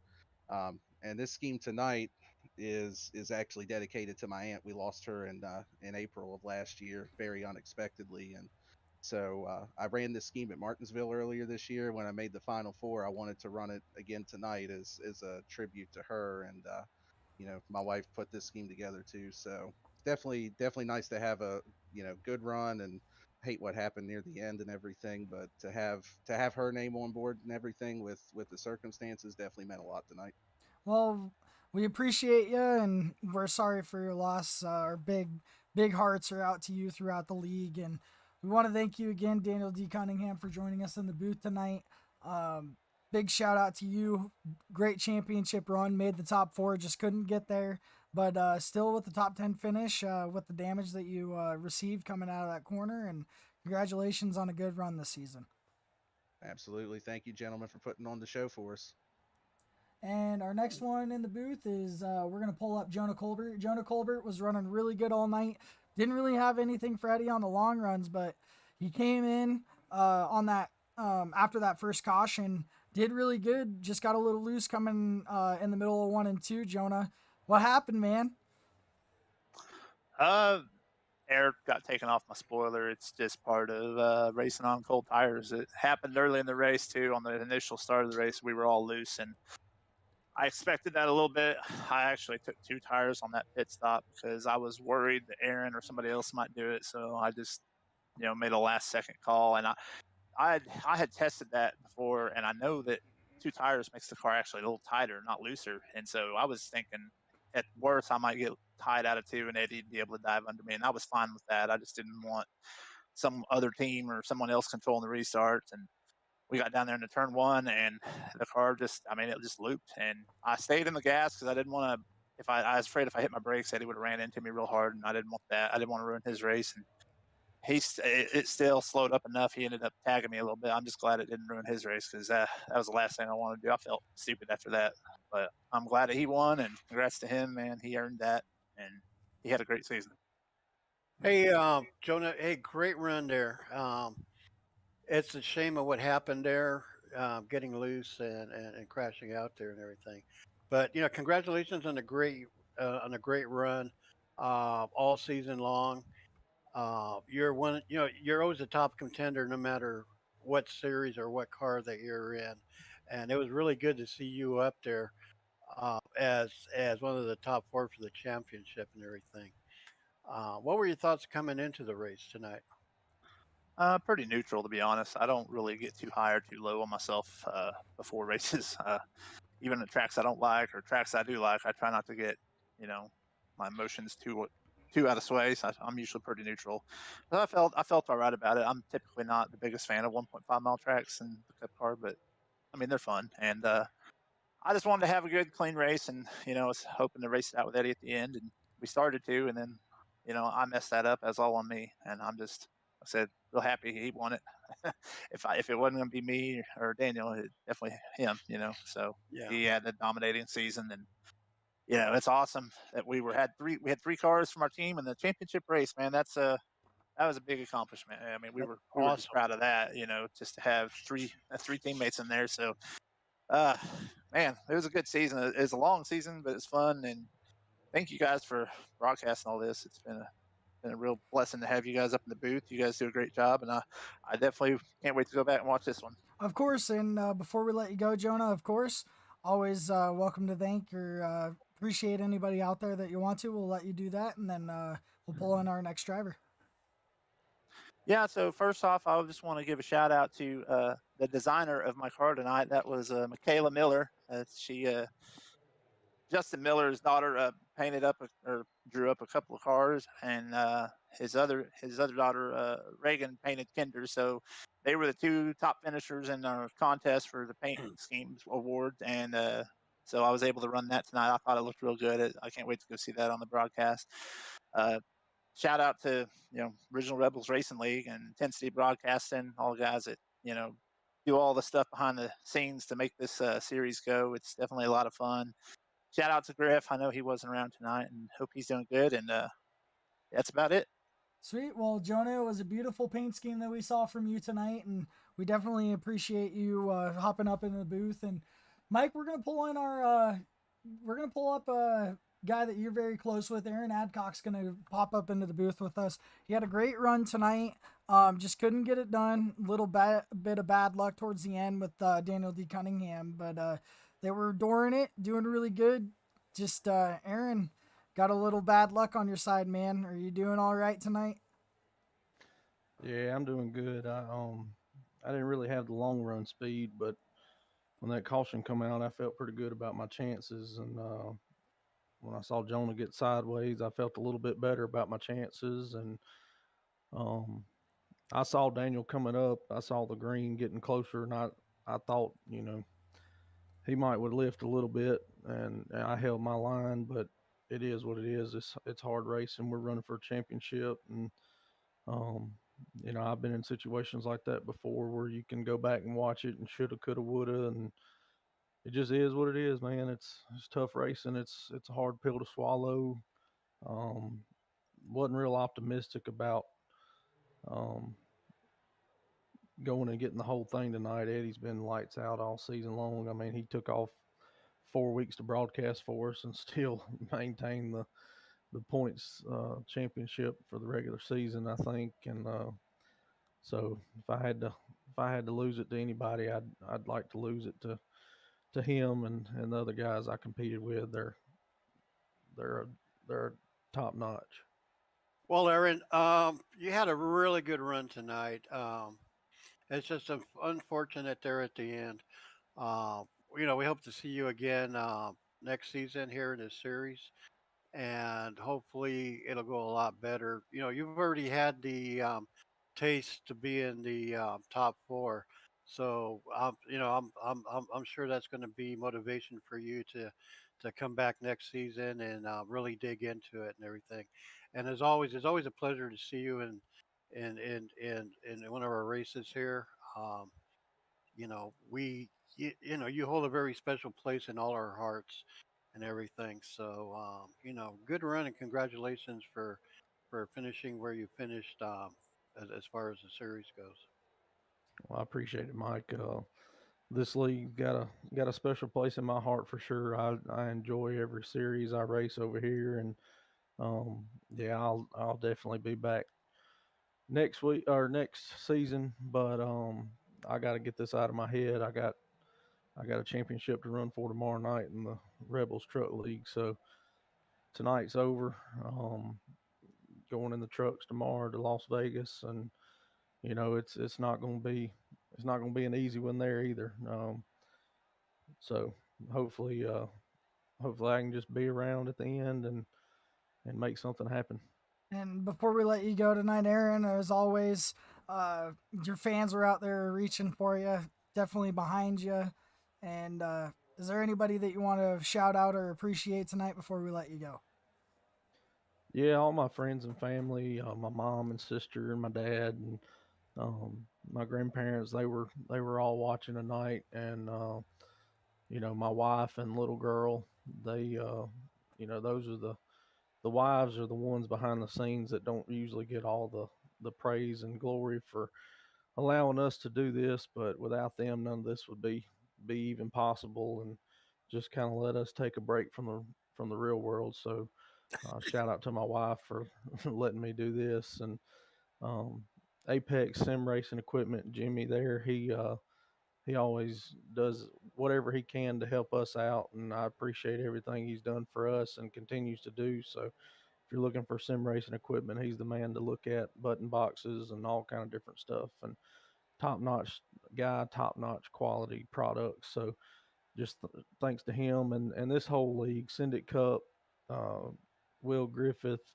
Rebels Racing, Intensity Broadcast, and you two in the booth. Y'all been killing it in the booth the last 2 weeks, and I've been spoiled going back and rewatching it. And I mean, y'all just do a great job. So, if your day jobs don't work out, I know you got a future in sim racing broadcasting.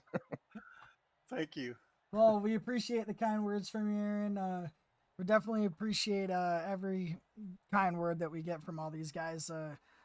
And then the last minute, we decided to come together. Me and Mike broadcast this Send a Cup Series championship for you guys. But one guy that didn't make the championship four, but finished second place tonight is Jesse Necula. Jesse, it looked like you were about to give Eddie Smith a run for his money on that high side on the last couple laps. Man, you were quick, but just a day late, a little dollar too short. How'd the car feel tonight? Car felt pretty good. Honestly, the reason why I was up there was pretty much luck. With the 54 and 23 getting into each other and bringing out the yellow, and so honestly, it was luck that I was up there. And yeah, honestly, with that outside line, I don't think I would have had anything for Eddie. That's why when we were coming out of two, he stayed probably middle lane down that back stretch. So as long as he held that inside, he was gonna hold me off. There was no way I would be able to get him on the outside. But congrats to Eddie for winning the race and the championship, and then also the other final four guys. It was pretty cool. Pretty much the entire race, the final four guys were all 1, 2, 3, 4. Hey Jesse, this is Magic Mike. Hey, great seeing you up there tonight, man. It seems like the last few weeks you've shown a lot of speed. I don't know where you got it from. You've evidently picked up a whole lot in your game and in your race. I don't know if you expected to be up there in the front here towards the end, but what was your thoughts coming into the race tonight?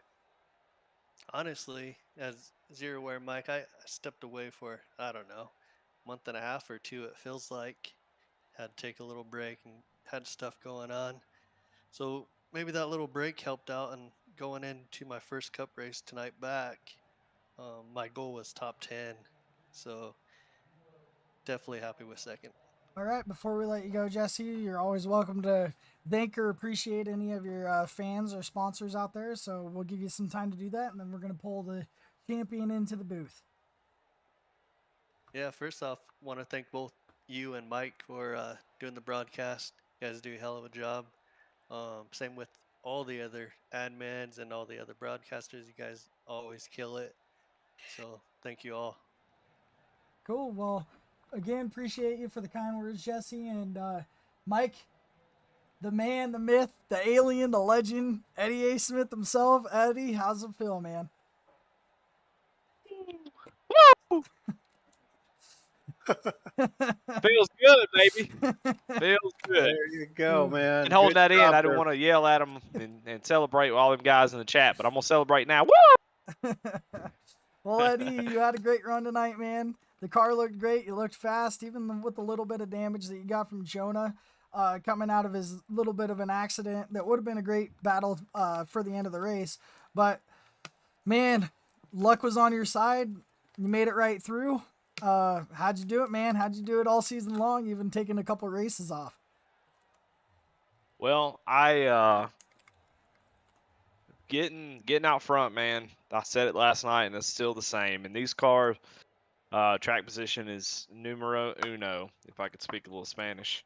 And getting that qualifying, I mean, I practiced hard on qualifying just to make sure that we got up front. And we were able to do that. Steve Loving had an issue and kind of broke up the top four a little bit. And me and Jonah working together, man, I got to thank him a lot because that was super important to both our races. with just working together, staying in each other's draft, just laying down as many laps as we could and trying to pull away from the pack, and we were able to get a good 4 or 5 seconds on third place. And we were just really setting the tone, and we needed that. And everything was working perfect. It was going green. Clean air allowed me to get a little bit away from Jonah, and pit stops was just kind of helping that a little bit. And everything was going good until about 10 laps to go, and then it became probably I probably lost a few years off my life. My blood pressure is probably high now. I probably have probably diabetic. Um, yeah, it's those last 10 laps were a lot. So, um, yeah, but we were able to fight off a bunch of challengers and get the win and the championship. Fast Eddie, Magic Mike up here in the booth. Hey, great job tonight, man. You are truly an alien. I mean, you are just so amazing. I want to, I want to be like you when I grow up, Eddie. I'll tell you right now. But anyway, great effort. For someone that missed as many races as you did this during the season or during the series, well, during the season, and come back strong and win the championship, man. That's truly amazing. I thought there for a second there at the end that maybe you were going to get eliminated, but talk about luck and being able to avoid any kind of a catastrophic effect after Jonah came up there. He got a little bit loose. And what were your thoughts at that moment?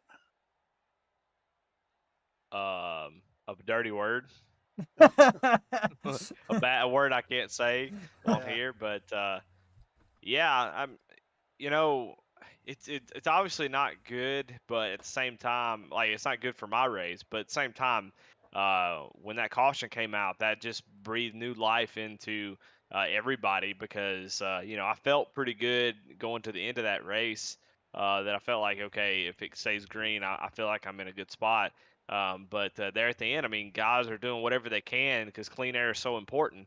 You know, guys are doing whatever they can to try to win a championship, and so I can't fault anybody, Jonah, for taking 2 tires, and I mean he's doing what he had to do to try to win a championship. So I can't say I wouldn't have done the same thing, and had he not gotten loose there, you might be talking to him. So I you know I don't a lot of stuff happened in the last 10 laps, but it was just guys fighting and clawing, trying to get a win a championship because it's so important because of how competitive this series is and how so there's so much talent that it honestly it feels really good to win in this series and win a championship because uh, of how many people are how strong these fields are.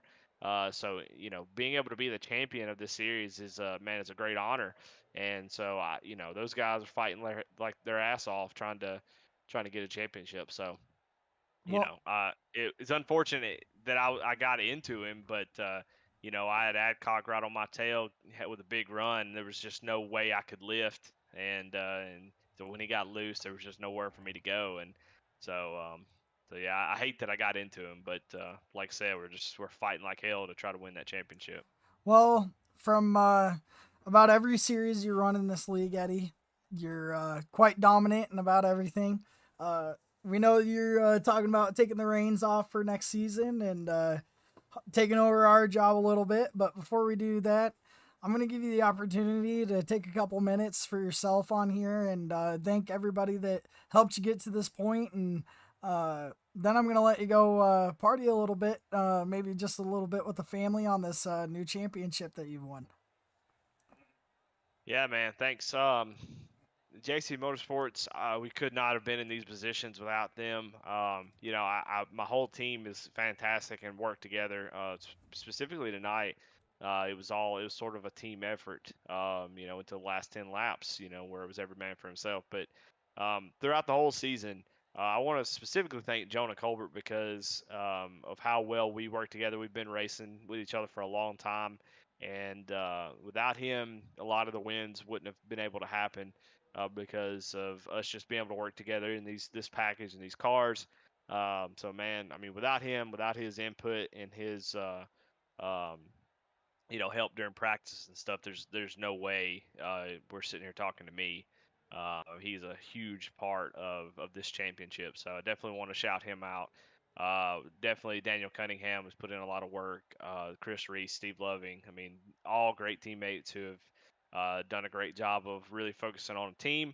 And so I got to give them a huge shout out. Man, I want to shout out Aaron Adcock for a great Final Four, man. Love racing with Aaron Adcock. I really hate that he had an issue there because I was definitely sweating seeing that red car. But I tell you what, there's not too many people that I would rather see in that Final Four with us than Aaron. So, man, just glad to like I said, glad to be a part of this series. Want to thank everybody that have raced around all season. I know I'm gonna get long-winded, but I'm pretty stoked about this. I'm gonna be one and done anyway, so it's my last chance to say something. But just want to thank everybody that I've raced with. Even Jason Warren, Garrett Kinder, all the guys that we've raced with this season. Even some guys who hadn't shown up in a while. Mark Arthur, uh, Chris Bass, if he happens to be around, man, just miss the hell out of you. Zach Wetstein, man, we had some hell of a battles all season long. So.